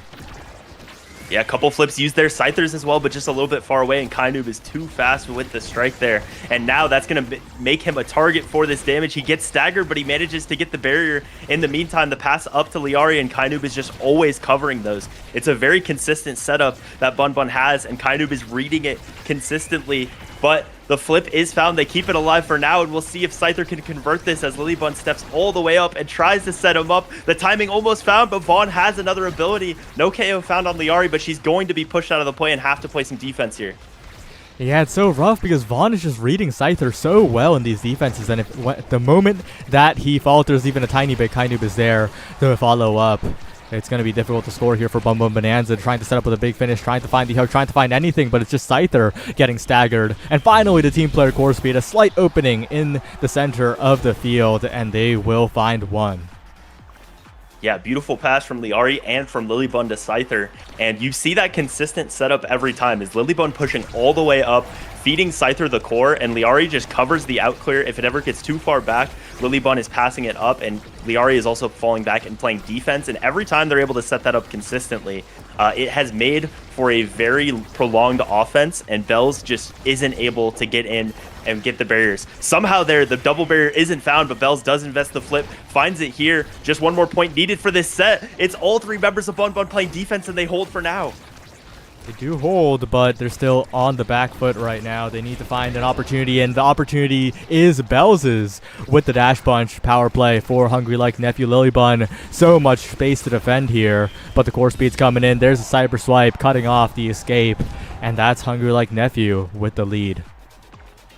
Yeah, and when the momentum boots were fully stacked, it was 703 speed for Lilybun with the stacks up there. But eventually, once your teammates go down, there's just nothing that speed can do against the hard confirms of the dash from the Amy that time. And it's another set MVP here for Kainoob, going to have his pick of the litter and end up taking the twin drive, which, along with the aerials he got a couple of drafts ago, is going to be very scary. Lilybun is going to take the Monumentalist to try to have those big finishes, get some more pressure, some more damage in the corners, and Hungry Like Nephew continuing to hold their picks here. I don't think it's a great draft for them considering they got the win, but it does leave some more snowball potential with that prize fighter on Julie. Yeah, and the big problem here is that I don't really see any big win conditions for Bum Bum Bonanza, right? Of course, there's the big finish, but I think Hungry Like Nephew have been very reliably dealing with it. So I think they have to hope that Scyther can get in there, that he can succeed, or else things are going to start looking even worse. Yeah, but so far he's able to do that straight away, looking more like the first two sets that time. And then Liari gets the pass from Lilybun, is able to set up the double stun. So that's exactly the game plan. I think it's winning those barriers very, very, very quickly for Scyther with all that size, with all that speed like he was doing early on in this game. We'll see if he can find some more, but does take a lot of damage from the black hole and Bells there. So going to be hard for him to find these converts. Not going to be easy for sure here. The big finish going to stall things out and send it away. The additional size doing work. As Scyther just strike wars two people twice in a row, finds the barrier take, and that's the kind of Scyther gameplay we need to see. But Bum Bum Bonanza not out of the woods just yet, as Kainoob's still healthy. Well, not healthy, but alive at least. Yeah, staying alive for now, but Liari does find the KO with the Super Surge there, and the ad rush she got earlier in this game hasn't been much of a factor, but it is there as she sets up Scyther. Does have to use the flip because of a great jump by Vaughn, but it's still a quick 2-0 for Bun Bun, and maybe that win condition is just Scyther getting everything done here on these kickoffs. Yeah, and we're seeing a new side of Scyther here, the Awakening being picked up. It was Spark of Agility, so nothing too crazy, but I think he's just stepping up his gameplay, and the game plan from Bun Bun still pretty similar, but unfortunately this barrier not long for this world. The Bells is getting in there so consistently, and this 1v1, Bells versus Lilybun, it's not a 1v1 anymore. Kainoob cyber swiping in, and Hungry Like Nephew can get a goal in this one. Yeah, not much to be done in that point, and it was the defense just falling apart pretty quickly. Also a lot of energy still on the forwards of Hungry Like Nephew, so going to be a little bit scary. But Lilybun up to 106 stacks now, so getting close to that huge speed increase that she could find, but it feels like with what Hungry Like Nephew is finding on offense, wow, the speed won't matter. And right there, it's the core speed that finds a perfect angle for the double barrier. Scyther trying to hook, trying to set this up, and it's Liari instead in the corner who sends it in just like the first point, and we're headed to a set 5 on this first map of Grand Finals. Set 5 approaches, and if there's a player you wanted for that first pick, it is Scyther 12, the pick of the litter. And also importantly, right, the Juno of Vaughn further down in the pick list, that hot shot looking extremely deniable. Yeah, and I think it's a little bit difficult here between Primetime and Might of the Colossus, but we'll go for the Primetime. I think those hooks are just going to be so easy to punish a Juno who doesn't have something like Primetime or Twin Drive of herself. She's just going to run out of cooldowns, and he's still going to have a second hookup. That's going to be very scary. And like you said, Hotshot, the Estelle being ahead of Juno here is a huge factor. So although Kainoob is able to get that extra special, which is really, I think, something great for Hungry Like Nephew, the rest of the draft is very Bun favored. And that prime time, that hot shot that the forward duos were able to get is going to be very scary as they almost get double barriered there. Keep one up for now, but Scyther is still going to have a lot of agency in this offense. Yep, it's up to Lilybun to get it out of the corner here, and will do so. Liari will send it forward, and Vaughn, while trying to save it, will double barrier. Now Liari, though, in a lot of trouble. The spec training on that Flame Flurry, gonna make sure she has no chance of survival there. And 2 barriers are taken. It's a power play for Hungry Like Nephew. Lilybun winning the strike war in the midfield, but Kainoob is flipped this time. Still defending desperately, but it will be Kainoob sending it ahead, and Hungry Like Nephew, a good start in this 5th set. Yeah, some extreme patience by Kainoob, just doesn't want to use that flip and is able to hold on to it. So Kainoob and Bells both close to a flip here. That's going to be a lot of offensive pressure. And we saw Liari just taking one ability there. It can snowball into a lot, and that spec training is going to confirm those kills as we saw that time. But a good setup into the corner here now. Liari and Lilybun going to be able to pass back and forth between each other, try to set up Scyther on this offense. The angle just barely missed. Could have potentially been a double barrier, but it's Scyther going down with a full flip here. That's going to be a huge swing, and now all 3 members of Hungry Like Nephew active in the offense. The flip invested, and that's 2 quick points. Yeah, and a bit of greed in the energy usage, right? When the opponent has spec training Juliet, you need to evade the Flame Flurry, and I think Scyther was just too confident. Oh, I could just tank it and use the flip when the core comes around, but the core never came, and he was taken out by the dash punch. Yeah, and it also means 3 prize fighter stacks for Bells extremely early on here as Scyther moves all the way through the turret and Vaughn there, so able to get the barriers open early on. Almost finds the hook to confirm the goal there, but not quite. Lilybun trying to set him up, and Liari as well. The flip will have to be invested, but Scyther instantly hooks that one back. That prime time already showing itself, and Bun is able to extend this set 5. A 0.5 might be approaching here, especially as Vaughn and Bells are critically low on energy. Big opportunity for Bun Bonanza to find something big here, but Bells already stepping up. Bells getting double barriers here, and now Kainoob with the Firewall Sentry, Cyber Swipe, everything for Hungry Like Nephew as they take the first game. And that specialized training for Bells found so much value in that last set. Found the double barrier right there, and then that last setup was just impossible. It was a great showing from Bun, and that Kazan build had the chance to carry that game, but it just wasn't quite enough. There was a lot of coordination on the offense on those last few points. A few KOs found for Hungry Like Nephew as well, and it will be Kainoob getting the MVP of that game, just doing so much. Lilybun with the most redirects in the lobby as we get to the post-game screen here, but it's still just enough. Kainoob and Vaughn doing so much on offense and on defense there, and it's Hungry Like Nephew taking this one map away from being our Season 6 champions. And it was pretty dominant, right? Even though it did go to a set 5, I think when Hungry Like Nephew were winning their points, it was the whole team just feeling like an overwhelming force. While when Bun was winning points, it was Scyther 12 finding a big opening and doing Scyther 12 things. Yeah, it felt just so much harder for them. And like Scyther had to really, really win every single interaction. And for a while that's the reason they were able to get it to a set 5. But it just wasn't quite enough that time. So for our second map, we will be headed over to Night Market. So could be a very long game, will be a very different game here. But I think, having Vaughn and Kainoob in this game, it just means like so many different things can be picked. And I think it's very hard to predict the draft here. But Bun, they kind of play their game plan. They played it that time. So will be a little bit easier to predict them. But going into this draft, I think it's very scary trying to draft against Vaughn and Kainub. Yeah, and well, it looks like Vaughn is being subbed out for You Already Lose in this game, so it won't be the dynamic MVP duo anymore, but it will be the roster that got them to this grand final from the winners final today, and we're gonna be on that night market, right? So any big thoughts? Yeah, I did just notice that Vaughn decides to go for red side here, which they did earlier in their series as well. In their second map on Amy's app, I believe they went for red side. So it's something that they're prioritizing. I think it's getting more of a duo rather than a priority first pick, and I think that's partly a product of players like Kainub who can just pick anything. It makes you more so want to have a cohesive team comp than just one pick feeling especially important. But yeah, going into this series, I was wondering if either Vaughn or Kainub might sub out at some point. Either you put in the roster that got you here in playoffs, or you put in the roster that got you to the playoffs in regular season. But it is the roster that we saw last week. It's You Already Lose Bells and Kainub here with the chance to win it. And yeah, it's going to be a different dynamic. But You Already Lose can play those ranged goalies, probably will be on those ranged goalies, similar to Vaughn. So might not be too different of a game plan still here. Yeah, we'll see. We'll see what happens here. As it looks like my camera has frozen. Okay, we're back. But taking a look at the starting awakenings, it is Spark of Strength, Peak Performance, and taking a look at those, are you surprised? Do you think anything will change, or is this one of the most plain drafts of all time? It is pretty plain, but we will have changes because Juno and Amy are the first two banned.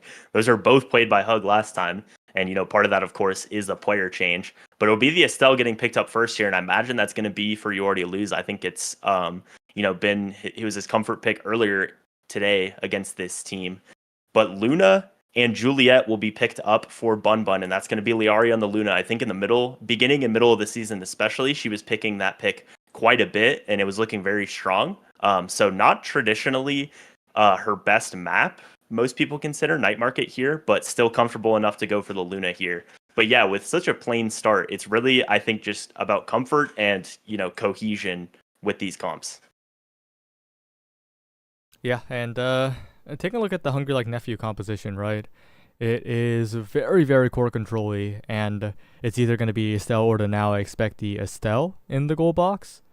And taking a look at how Bum Bum Bonanza are going to play against that, I think they might have a little bit of trouble with the midfield control. Of course, the Dubu can step up, but the Luna, of course, not famously a super core controlling midfielder, and that could lead to a lot of issues when there's a Now and an Estelle just getting it past you and keeping the core in your half. Yeah, and I think what you said is really going to be the key. It's going to be the Dubu stepping up, and that's probably what they're hedging on here, as it was the last pick. They were able to evaluate everything that was there, but they decide to go for it. And yeah, it's going to be a lot of Lily stepping up, just like last game, but of course on a very different pick this time. But yeah, the Now is going to be extremely difficult for the Luna and the Dubu to deal with, and I would be a little bit scared if I was going into that here. There's also just the fact that your brawler is X means there's a lot of scaling potential there as well. Now can do a lot of scaling as well. So I really like the comp from Hungry Like Nephew. I think you can adapt into playing a lot of different ways, and that midfield matchup is going to be very difficult for Liari to consistently get the core past what I assume is Kainub on the Now. Yep, we'll just have to see once the teams are ready to start up the game here. This could be the final match of the playoffs in Season 6 of the North American Strikers League. Weston, who do you think is going to take it all? The only series that we had to go to 3 games in these playoffs so far was that Return to Form and Dubu series, the last series of last Saturday. So now that we're at the last series of today, it would be fitting if we had another 3-game series to extend things. But looking at this comp, looking at how these teams have played today, I think Kainub and Bells have just looked so strong, even when it's not as flashy always. Like they talked about on the pregame show site, they're talking about how Kainub doesn't necessarily make that many flashy plays, but he just does everything right. And I think we saw that in that last game. We saw that in the series between these two teams earlier.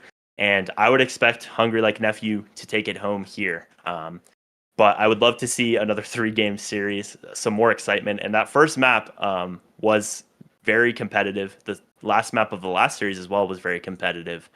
So I'm interested what we're going to have here, but we're about to load in here on Night Market. Yep, gonna see if Bun Bun Bonanza can get it done here. It's not gonna be easy. Hungry Like Nephew, many NASL championships in their roster. In fact, probably the most, right? You already lose with a record-setting amount, and of course, Kainu, Buffon, and Bells, no slouches either. So this is gonna be tough. But Bun Bun Bonanza, they've been here before. They challenged the Sad Boys quite a bit in Season 3, back during their championship run. It's a long time since then, but I think it's still looking very doable. Yeah, and this time it's happening with the stage even higher. It's Bun Bun Bonanza's first time being in top 2 here. And traditionally, teams that have got there typically lose in their first time and then find a way back later. But we'll see if this time it can be Bun Bun finding a win in their first time in top 2. They're going to have their work cut out for them here. But like you said, it's just a very plain start. Everybody has peak performance. So we'll see if KOs can be found. But early on, that Juliet and that Luna, we'll see if they can find any of those side KOs. And it's Scyther trying to get things done in the corner here. Nothing found yet and no barriers early on here. Yeah, and this Dubu, right, from Lilybun, the Dubu, out of all the melee goalies, has seen the most success by quite a large margin in this meta, and especially on this map, especially with the damage output that can come out sometimes randomly. Yeah, as Scyther finds a KO on the backside there. And yeah, you had the momentum boots this time, and it's going to be sort of a similar playstyle to the Finny, but you have the pauldrons this time instead, and it's Liari dashing into the goal, finding a KO as well. It's 2 KOs in that point early on here with Bells still at level 1. And there is some explosiveness out of this comp, as difficult as that midfield battle might be. It is found right there. Yeah, it's not going to be easy, but with the pauldrons, you occupy so much space in the lane, and Lilybun's going to have a pretty good time walking up, finding that presence, and being able to strike, because in previous games she was caught out for doing so quite a bit, but on Night Market with this Dubu pick, it's going to be pretty reliable. And Scyther with a flip right in front of everybody finds the KO, finds an extra barrier on the other side, but I think they're still in a good spot. Yeah, Bell's trying to find the KO. He does, but it's a beautiful pass just in time by Lilybun up to Liari. Bells was not able to get up there after finding the KO almost with the bell ringer, but it's 2 quick points for Bun Bun Bonanza. And yeah, when you're on Night Market here, the Dubu is able to push up on one side and Liari cover the other side, which is always how this team plays, but it's more difficult for the enemy team or for them to rotate it around. So it's kind of even more risk reward as far as if it gets past, that Luna is not able to always dash, especially on this map, and find it, as they mess up the rotate a little bit there. But it's just Lilybun so consistently pushing up past this midfield line, putting the pressure on. A couple of flips traded there, but 1 barrier on each side. Lots of energy though. Scyther and Liari, both the flips available, and Lilybun buying space to send it around the map. A flip from afar, but it will be successful as Bells tries to go for a KO. Not quite. Lilybun still defending though, as Scyther looking for the angle, unable to do so, and Liari's dash goes wide as well. Bun Bun Bonanza, they're trying a lot of things, both an open net on the other side. Scyther dashing in with the Flame Flurry. It's a flawless first set for them. Yeah, and Scyther level 4 when everyone else is level 3 or level 2, just doing it all in that set, but Liari doing a great job. That KO by Bells not being found really kind of sealed that point, I think, for Bun Bun Bonanza, and they had all the pressure in the world there. And it's Scyther being rewarded with the MVP here. Not seeing anything like the 1-2 punch or the ad rush showing up, but the only size being there going to Scyther will be big, and the extra special for Lilybun, I think, is going to help exactly how they want to play here. Yeah, it's going to let those Toby Fortresses block the lanes. It's going to let her push up so much more reliably, and the hotshot is such a highlight awakening as well on the Luna, right? At the core speed, going to be able to cheat a lot of defenses against the relatively immobile Bells. Yeah, and it's just what they have in the draft, their characters as well, it's so many different ways to win here, I think. It's those push-ups, it's the KOs found from Liari, the core speed from Liari, and it's also Scyther, just like in last game, the points they found, doing it all. Liari falling back for defense there as well, and as they survive that push from Kainoob and Bells, they have both barriers open on the other side, but Bells doing a great job rotating all on his own there. Both barriers open here. There's desperate defense from Scyther. The dash punch burned as Liari tries to get it forward. Lilybun forced to burn the log, and the Crater will send it away for now. Scyther trying to set up, looking for the dribbling play. Gets around, goes to Bells, and Lilybun, a rare striking error right into the hands of Bells, who will say thank you, and it's 1-0. Yeah, I really wanted to get the core to Scyther there, but just waited a little too long. Had the clear up to Liari potentially if she could get it around the bell ringer. But it is a punish that time, so the first point, much like last game, first set goes to Bun Bun, and then the first point goes to Hungry Like Nephew, but we'll see if Bun Bun can keep the momentum, and they are so far with a beautiful pass by Scyther to Liari, looking like they switched roles right there, and now it's Scyther dribbling, using all that speed. Liari trying to find the KO as well, but You Already Lose is able to hold on to that difficult defense for now. Yeah, and Lilybun looking a lot more comfortable with the barrier still alive. Scyther looking comfortable in the corner with the dash punch, a KO, and the goal found as this set's evened up. And they're not slowing down at all. Yeah, You Already Lose's job has been extremely difficult here with so many things. You know, you have the Luna covering the cross clear, you have Scyther dashing in and covering if you clear back into him, and with all those hit stuns, and then you have Lilybun pushing ahead and using those Tofu Fortresses. It's so difficult to get the ball away from Scyther and Liari consistently. They're just doing a great job of covering. They might need to find some KOs on Scyther, but the flip and the dash are used there, and he's still holding on for now, but it is Bells finding a double barrier there and a chance for Hungry Like Nephew to go ahead in this set. A big chance with this open net, but that's going to be Bells advancing here, looking for the dribble. You Already Lose, snipes away Scyther, and the power play begins. Liari with the flip still available. Oh, good strike by Lilybun to get it past the primary of Kainoob, and a flip away now. The strike burned. Lilybun still defending, and the log will send it past the bull rush. Successful from Bum Bum Bonanza, and what a crazy Tofu Fortress angle to get it out of the corner. Yeah, the Tofu Fortress dribbled it directly upwards back into Lilybun's arms. Could have been a disaster there, but instead is found, but the push-up is punished, the flip used, and so absolutely no way to get away from that KO from Bells, who had the X Maximus, and it'll be an easy conversion for Kainoob into that top side. That's what can happen. Even though you have the Powerhouse Pauldrons, you have the damage reduction, you don't have knockback reduction anymore, and one X Maximus punch is enough right there. Is enough. Still not a good spot for Bun Bun here as Bells bull rushes forward, flip in front of the net, looking for the strike war win, but reinforced by two different primaries from Bun Bun. But Scyther's been unable to make those solo plays in the midfield now, and that means Kainoob has all the control, has the shot, the hit stun, and the set win for Hungry Like Nephew. Yeah, and I'm not it almost looked there like it might have been Scyther's strike backwards, like it was a back pass, but not sure. It might have just been Kainoob striking it down there, but either way, it was a lot of momentum. Hungry Like Nephew, their comp, which can really just do everything, showing themselves right there. They found KOs, they found some double barriers, they were doing it all. The 1-2 punch will be denied away from Julie here, so even though you won that first set, you're not going to end up getting it. Instead, it'll be speed, and I think you see Scyther consistently going for that speed, especially when he's on Juliet, so we'll see if those stacks on stacks can stay up. But spec training going over to X, going to be even more pressure with those KOs. I don't think anyone is too overjoyed with this draft. Pretty even on both sides, but we'll see if Scyther can get that speed stacked up quite enough, and if Bells can really make use of that spec training. Yeah, that would be very important here, especially that spec training, as Bells has been finding a lot of damage. The KO is usually confirmed by someone else, but that damage output has been a huge factor. Scyther, though, dribbling around absolutely everybody, and Liari finds the boost in.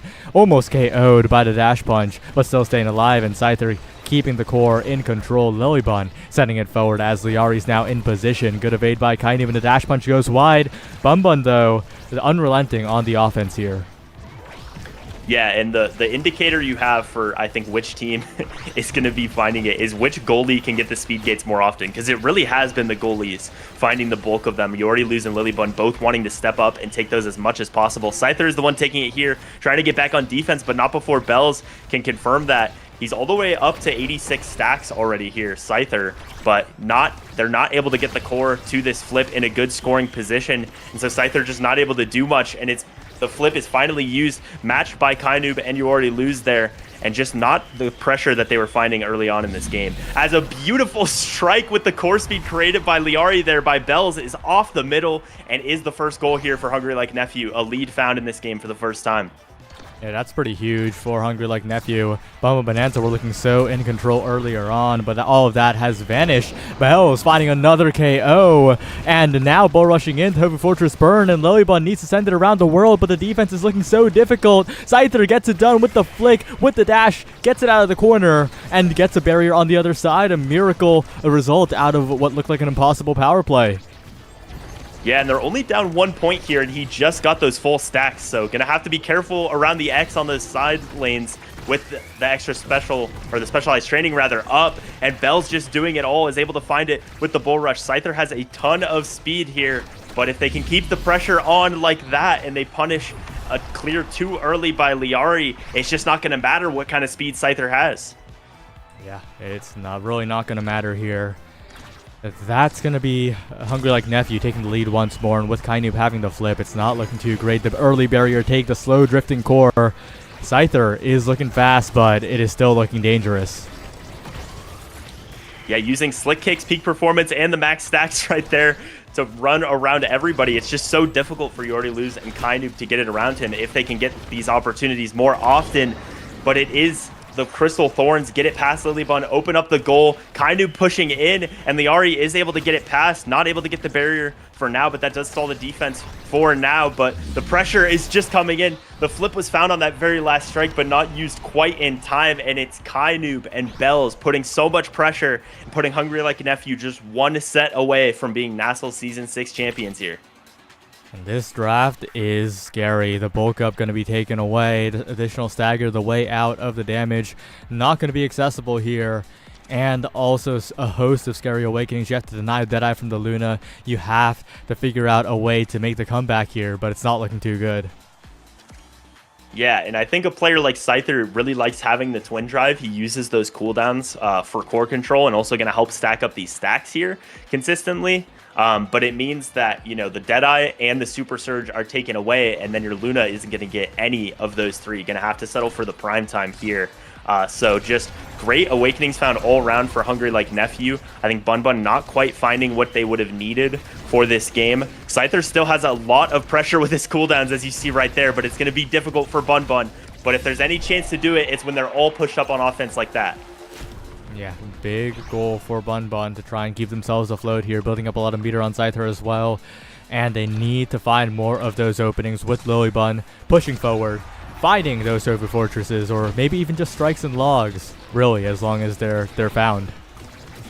Yeah, and that point was not very long, but Scyther was still able to find 70 stacks, now up to 78 as he finds one there. Has the flip as well, and he's just doing everything here. Finds both barriers quickly, uses the flip, doesn't quite find the goal as Liari drops back to play defense here. A lot of pressure from Bells, and it just flips around so quickly. Bells turns it around, finds both barriers, a KO as well, and it'll be a power play for Hungry Like Nephew. Okay, 6 more seconds, 5 more seconds trying to defend, and they successfully do. Scyther winning strike war after strike war in the midfield to make sure that Bun Bun do not go down here. A flip from Liari in the midfield up to Scyther, looking for a dribble, looking around everybody. It will be defended away by Yordi Luz, interrupted by Kainoob. And now Lilybun with the Tofu Fortress, but it gets right through, spit right back out. The angle is looking chaotic as ever, but unsuccessful. Our Bun Bun Bonanza. Yeah, both dashes went wide there, and now Liari is punished on the side. That spec training is just finding so much, and it's a perfect strike for Bells. The angle puts it into the goal. So many chances defended there by Yordi Luz and Kainoob, and Bells rewards them with the point. Just 2 away here for Hungry Like Nephew, and back and forth this game goes. Things can turn so quickly. Scyther does have the full stack, so a ton of speed, but it just feels like he has to do everything on these points on offense with how much space Kainoob and Yordi Luz are able to cover. Yep, a lot of damage onto Lilybun as Liari goes for a hot shot play, but Kainoob, like you mentioned, just covering space, making it so difficult and not being taken out by Scyther's flip attempt. That's the energy gone, but at least one barrier earned. And Scyther, although he has the speed, I'm not sure if it's enough. Yeah, and taking some damage there as well as Bells once again just running in. We've been talking about Scyther, but Bells is doing so much on this offense here. Finds both barriers there, almost a KO. It is kind of going down, but has the recovery drone to stay online here. A ton of energy for both the goalie and the midfielder of Hungry Like Nephew, and if they can get it past that wall, it's going to be Bells who's able to run them down potentially and put the pressure on like he has throughout this game. So far, they're able to keep it in. The flip used. Bells strikes down to the bottom and just barely misses, but it does force the flip out. The dash is matched by the roll, so for now, Bun Bun will able to be holding on to this point here. Oh, but what a strike by Bells right between Liari and Lilybun. Finds the smallest of openings. And now they're on match point here. NASL point. It's 4-peat point for You Already Lose. Yeah, a chance for 4 championships for him here. And we'll see what they can do. Scyther, it feels like every time on these kickoffs, he's able to put the pressure on. But if Kainoob and You Already Lose can get it away from him for any long amount of time, Bells is just able to do it all. It looks like he might be looking for a KO there. The damage is found, but not enough for the KO here as Liari trying to set Scyther up. Finds one, not quite winning the strike war for the second. The flip will be invested as they rotate it around here, trying to set up this 0.5 here. Trying, and Scyther is in there, but the dash punch will not catch the core. And Liari now trying to find the hot shot play, but You Already Lose just calmly defending. He's been here before. He knows what it takes, and Bells capitalizes, finds the KO on the Luna. Lilybun dribbling, stalling, Tofu fortressing, and Scyther looking for anything to give themselves some way to get back into the game, but nothing even close to a goal. They hold 2 barriers still standing, but Hungry Like Nephew, I think, completely unfazed. And they might finally be able to kill Scyther here. He's having to drop back, grab the orb, so he does stay alive for now. A lot was invested to try to kill him, so they weren't able to get the barriers on that power play. As You Already Lose does have the strike shot up, so is able to save that one. But Bells is just getting closer and closer to this goal and has put so much pressure on Lilybun every time he gets in there. Scyther trying to go for the hero play with the flip, but it doesn't happen there. That might be a great position for Hungry Like Nephew here to try to convert, try to force out this flip and get this last goal here.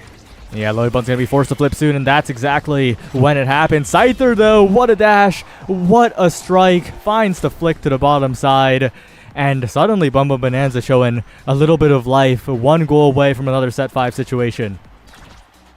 Yeah, and it could just be 1 point that turns it around here. There's still a lot in these drafts that these teams would love, so as much as it feels like the momentum has been on the side of Hungry Like Nephew since this first set, it could be all tied up with just 1 point as the dash from Liari not able to save that barrier quite yet. They're pushing back here, but 1 barrier still standing for Bun Bun Bonanza. Yeah, Bells got it around, earned a barrier, potentially the second to last barrier here, as Liari flies all the way around the world, but loses control. You Already Lose finds the KO. It's a huge opening now in the power play, but Scyther defends everything here, looking for even more. A flip to stall it out, a flip to try and find a barrier, unsuccessful, but still looking good here for Bum Bum Bonanza. Yeah, they're able to keep it alive. Liari wins a crucial strike war right there, but is not able to get it around Kainoob and Bells. The log, the strikes, but Bells does win the strike war. He's setting up for the goal right here. Looking for the opening to the top side. Lilybun not giving it to him just yet. You Already Lose, flip available. But Scyther will just strike it away just like that, looking for the second barrier. But Liari dies again while dashing forward, and now Bells has all the control in the world. Kainoob's in there. A second KO found by Bells, and he gets the strike as well. 3-1 in this map, 2-0 in the series, and Hungry Like Nephew are your NASL Season 6 champions. Out of all the ways to end, it had to be that one. They find the KO. They find another after the Tofu Fortress, and they just pass it around for the victory. The most decorated players in Omega Strikers are getting it done yet again here. Yeah, and as soon as this scoreboard is on stream here, and it is there, you can see Kainoob with the performance there on the now. There was just no way to get it past him consistently, and all 3 members doing a ton there. Bells finding 7 KOs in that game, finding the conversions, and just so difficult. Both of those maps, it felt like Bun Bun had chances. They had so much fight in them to find the 3 sets that they did, but it was always Hungry Like Nephew who were just consistently able to outplay them and we saw it there all season. It's what they did, and now they are your champions.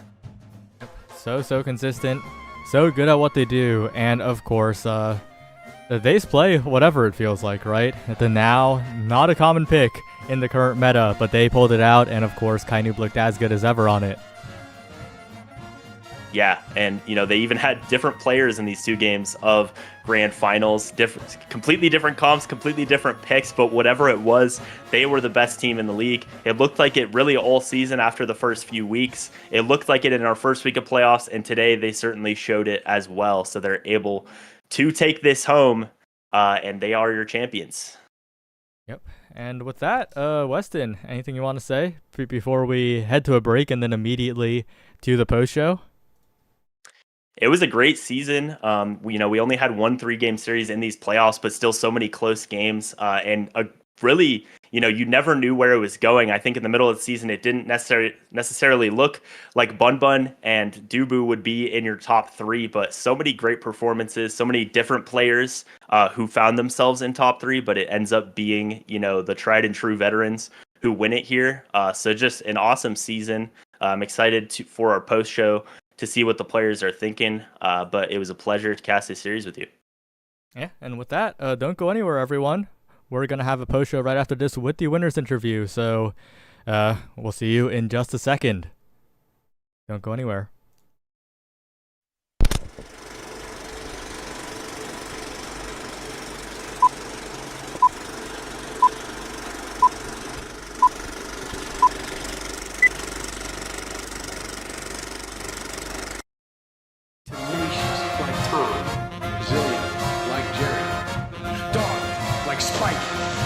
Hungry like that too.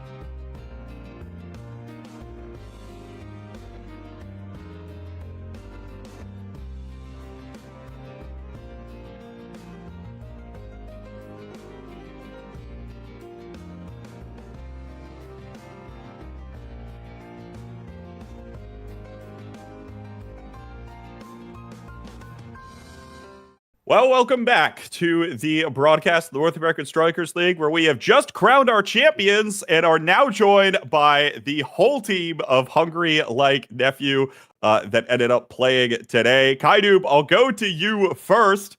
Getting subbed in for this series. How do you feel after the win a moment ago? I mean, I feel amazing.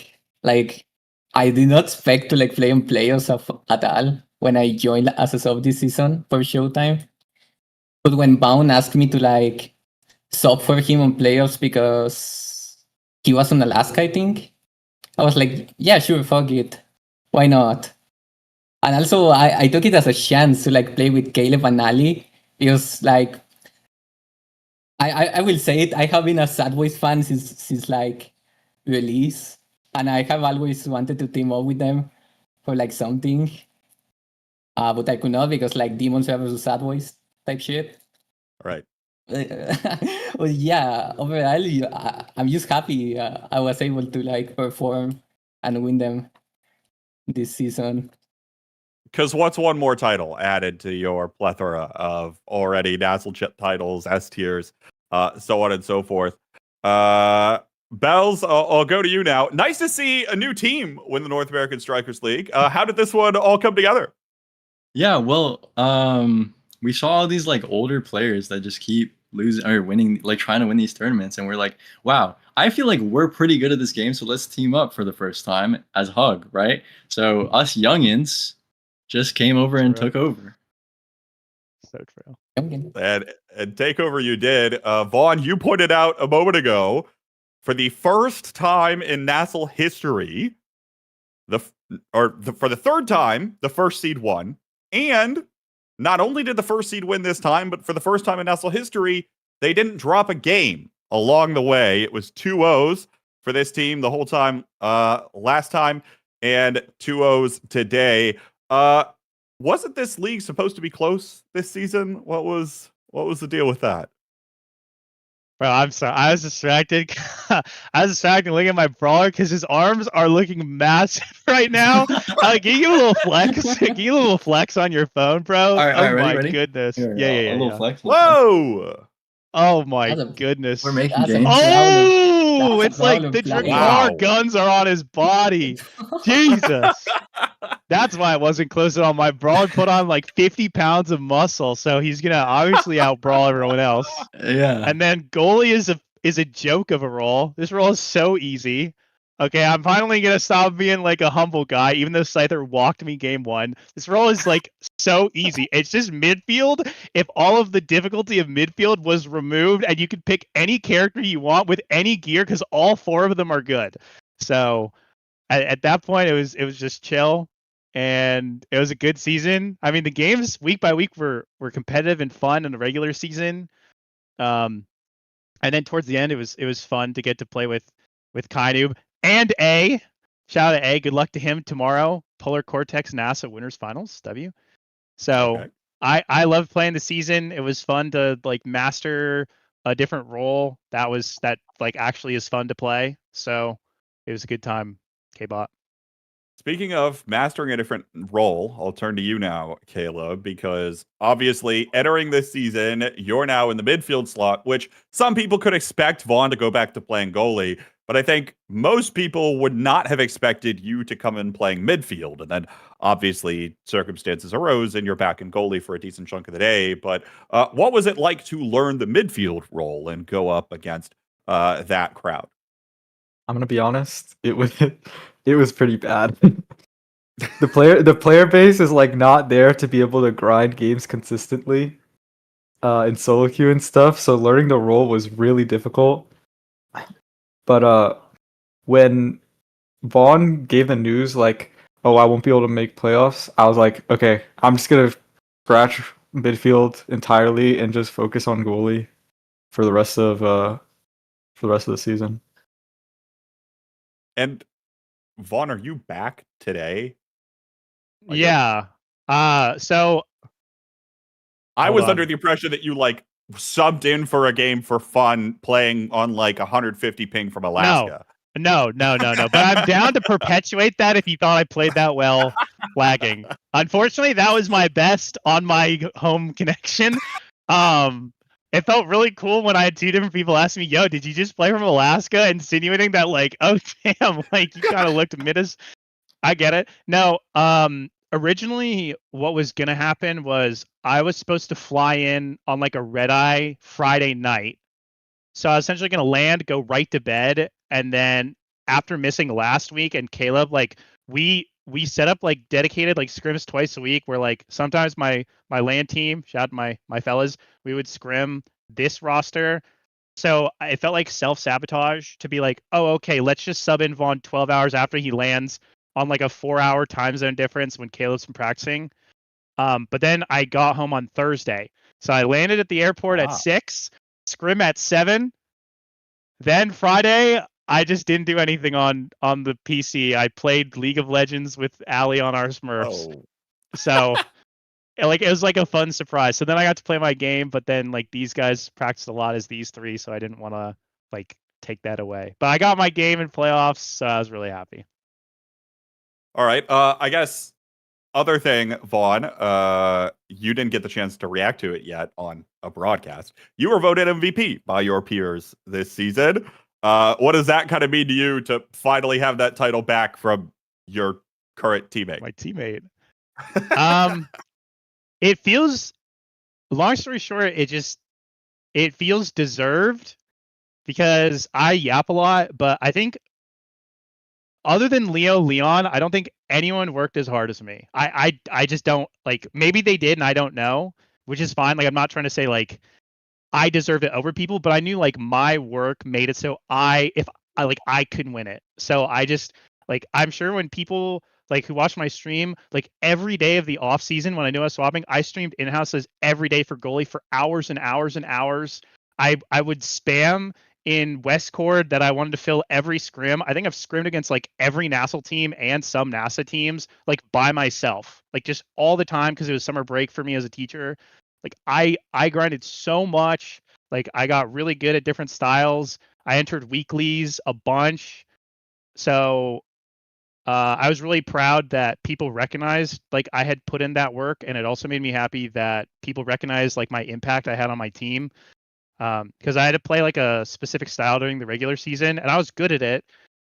But it wasn't easy. So I was really proud of myself, and I was proud of my teammates who accept the way that I play goalie, because it is not how everyone likes to play goalie. So sometimes it's hard to play with. So that's my answer. Good deal. Next, the one question I want to ask is for Kainoob here, as the other, only other NASL MVP in existence. What is it about the way that you and Vaughn approach the game that makes it so difficult for anyone else to get up to that same level? Because now we've been playing this game for 3 years. I mean, the pre-launch alphas, you know, the buff that you get from that should be out the window by this point. What is it about the way that the two of you approach the game, or the way that the two of you play the game, that puts you on the next level? I feel, at least for me, I feel like everyone on this game just likes to overthink, like the way like they want to play, like like how they take decisions. Meanwhile, I just like, oh, I just drag it forward. Oh, it doesn't work. I just drag it somewhere else next time. Simple as that. He's spinning though, like actually. Like Okay. I just feel like people overthink a lot instead of doing So you hear that? the simple things. So just think less is all I'm Yeah. hearing. Yeah.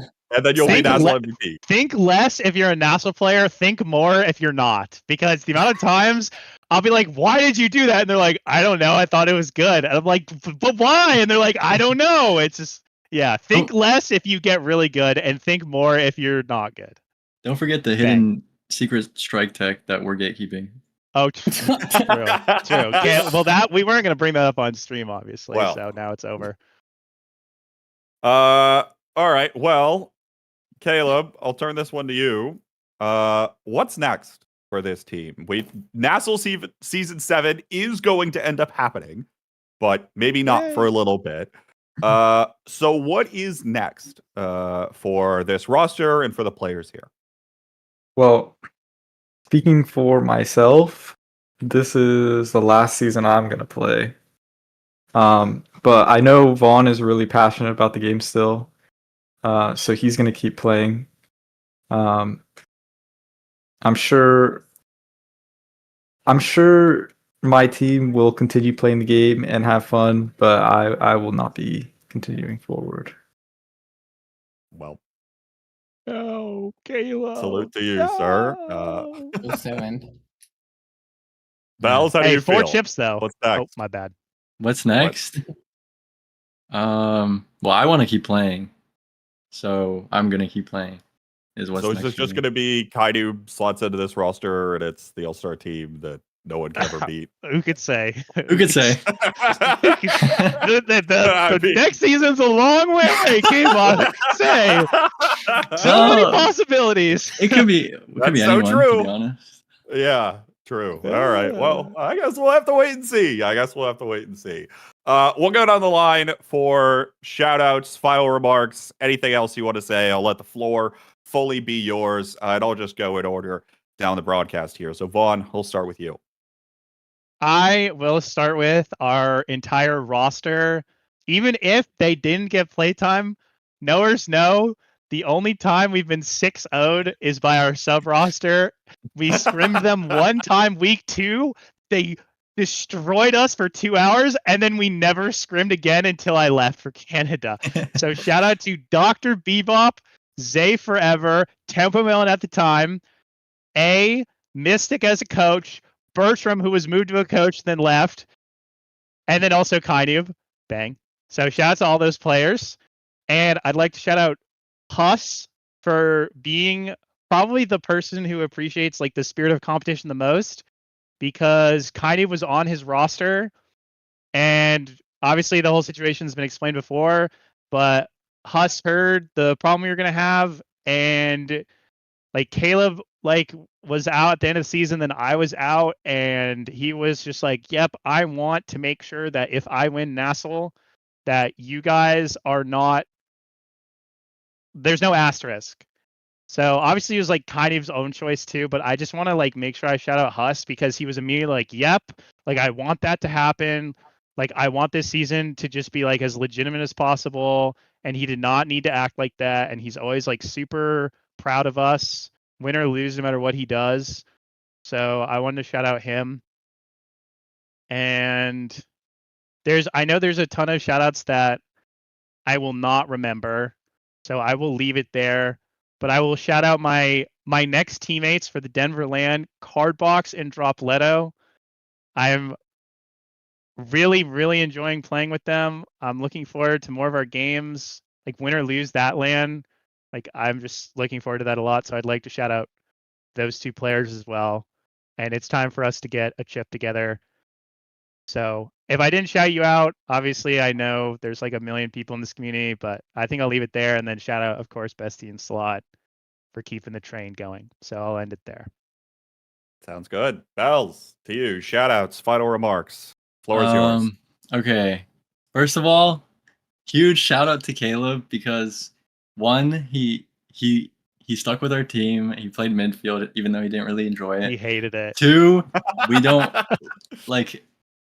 so we have our disagreements a lot, but we always seem to resolve it, and he's always been a super good teammate to me, and I really enjoyed all these years of playing together. So yeah, big shout out to Caleb. Shout out to my teammates, of course. Shout out to all of the brawlers, because we're all kind of nice like to each other, and that's rare here. So yeah, I won for those guys too. And then I feel like I'm missing someone. That's how I felt. Let's see. Well, if I remember, I'll shout them out later. But yeah, shout out Bestie and Slot. Thanks, guys. You guys are awesome. All right, Caleb. Shout outs, final remarks. All right, I'm gonna skip over my teammates because they're amazing and everybody knows they're amazing. I want to shout out a few competitors of this season that have been really nice to me. and kind. I want to first shout out Josh Gramella. He was maybe the most supportive player on an enemy team when I was role swapped, and it was really nice. I felt I felt amazing. I don't know. There's no other words I can say. But he was so nice. I needed to shout him out. Also, I want to shout out Huss because, like Vaughn said, his competitive integrity is through the roof, and he is also amazing. And then I wanna give my final shout out to Leon because he was my teammate in season 1, and he played his heart out this season, and I really respect him. All right. And Kaidu, last one. I don't think I got anyone to shout out other than like the Showtime, the Showtime team and the Hungry Like Nephew team for accepting me like a retired player that's washed on their sub roster. Unproven Unproven. free agent. Yeah. I mean, yeah, shout out to Hungry Like Nephew. Demon Slash, shout outs to them. Snake, if you're watching this, please friend me back. I don't know why he blocked me. But and shout out to my dog that was sleeping on my lap in the entire playoffs. W dog. Dog. I got one. Oh yeah, Bells, go for it. Shout out to everyone who didn't vote me or Caleb for All Pro. Our team won with no people on the All Pro, so that was good job, guys. No people. Yeah, Notably. ironically, Ali was snubbed. This guy was killing it all season. Okay, that's true. All good. All right. Well, pretty sure that's going to do it for this broadcast and this season of the North American Strikers League. Season 7 will happen at one point or another. Details are still being finalized on that. But of course, it starts with open qualifications. So you can expect information on that coming in the next couple of months. And then when the season rolls around, I guess it's going to be some popcorn graduation 1950s cartoon inspired kind of theme. So look forward to that, I suppose. And on behalf of the entire team here at Bestie in Slot, go to LAN. LAN is coming up. It is in Denver. And I'm telling you to go because I probably will not be able to go because I can't go to 2 events in September because it's the busiest time of the year and I'm an educator. What? Bro, I'm an educator. Okay. And I'm going to another event. Skip that one. I can't. Yeah, you can. No, I can't. I worked in esports. It's fine. No one's paying attention to you anyway. September 20th and 21st in Denver, Colorado. You can find more information at startgg/RT Summit. Reach for the summit will be happening. So go to Denver and say hello to the folks there. That'll do it for everyone here at Bestie and Slot. I have been K-Bot. Thanks so much to the organizers, referees, casters, Saya, who's one-man production the whole time, our artists, Yoshi and Lego Mage for doing fantastic work on the animation, and so many more people that go completely unnoticed behind the scenes to put together a 3-tiered league ecosystem for this competitive title. We will see you all in the near future. Have a good evening, and we'll see you in Denver.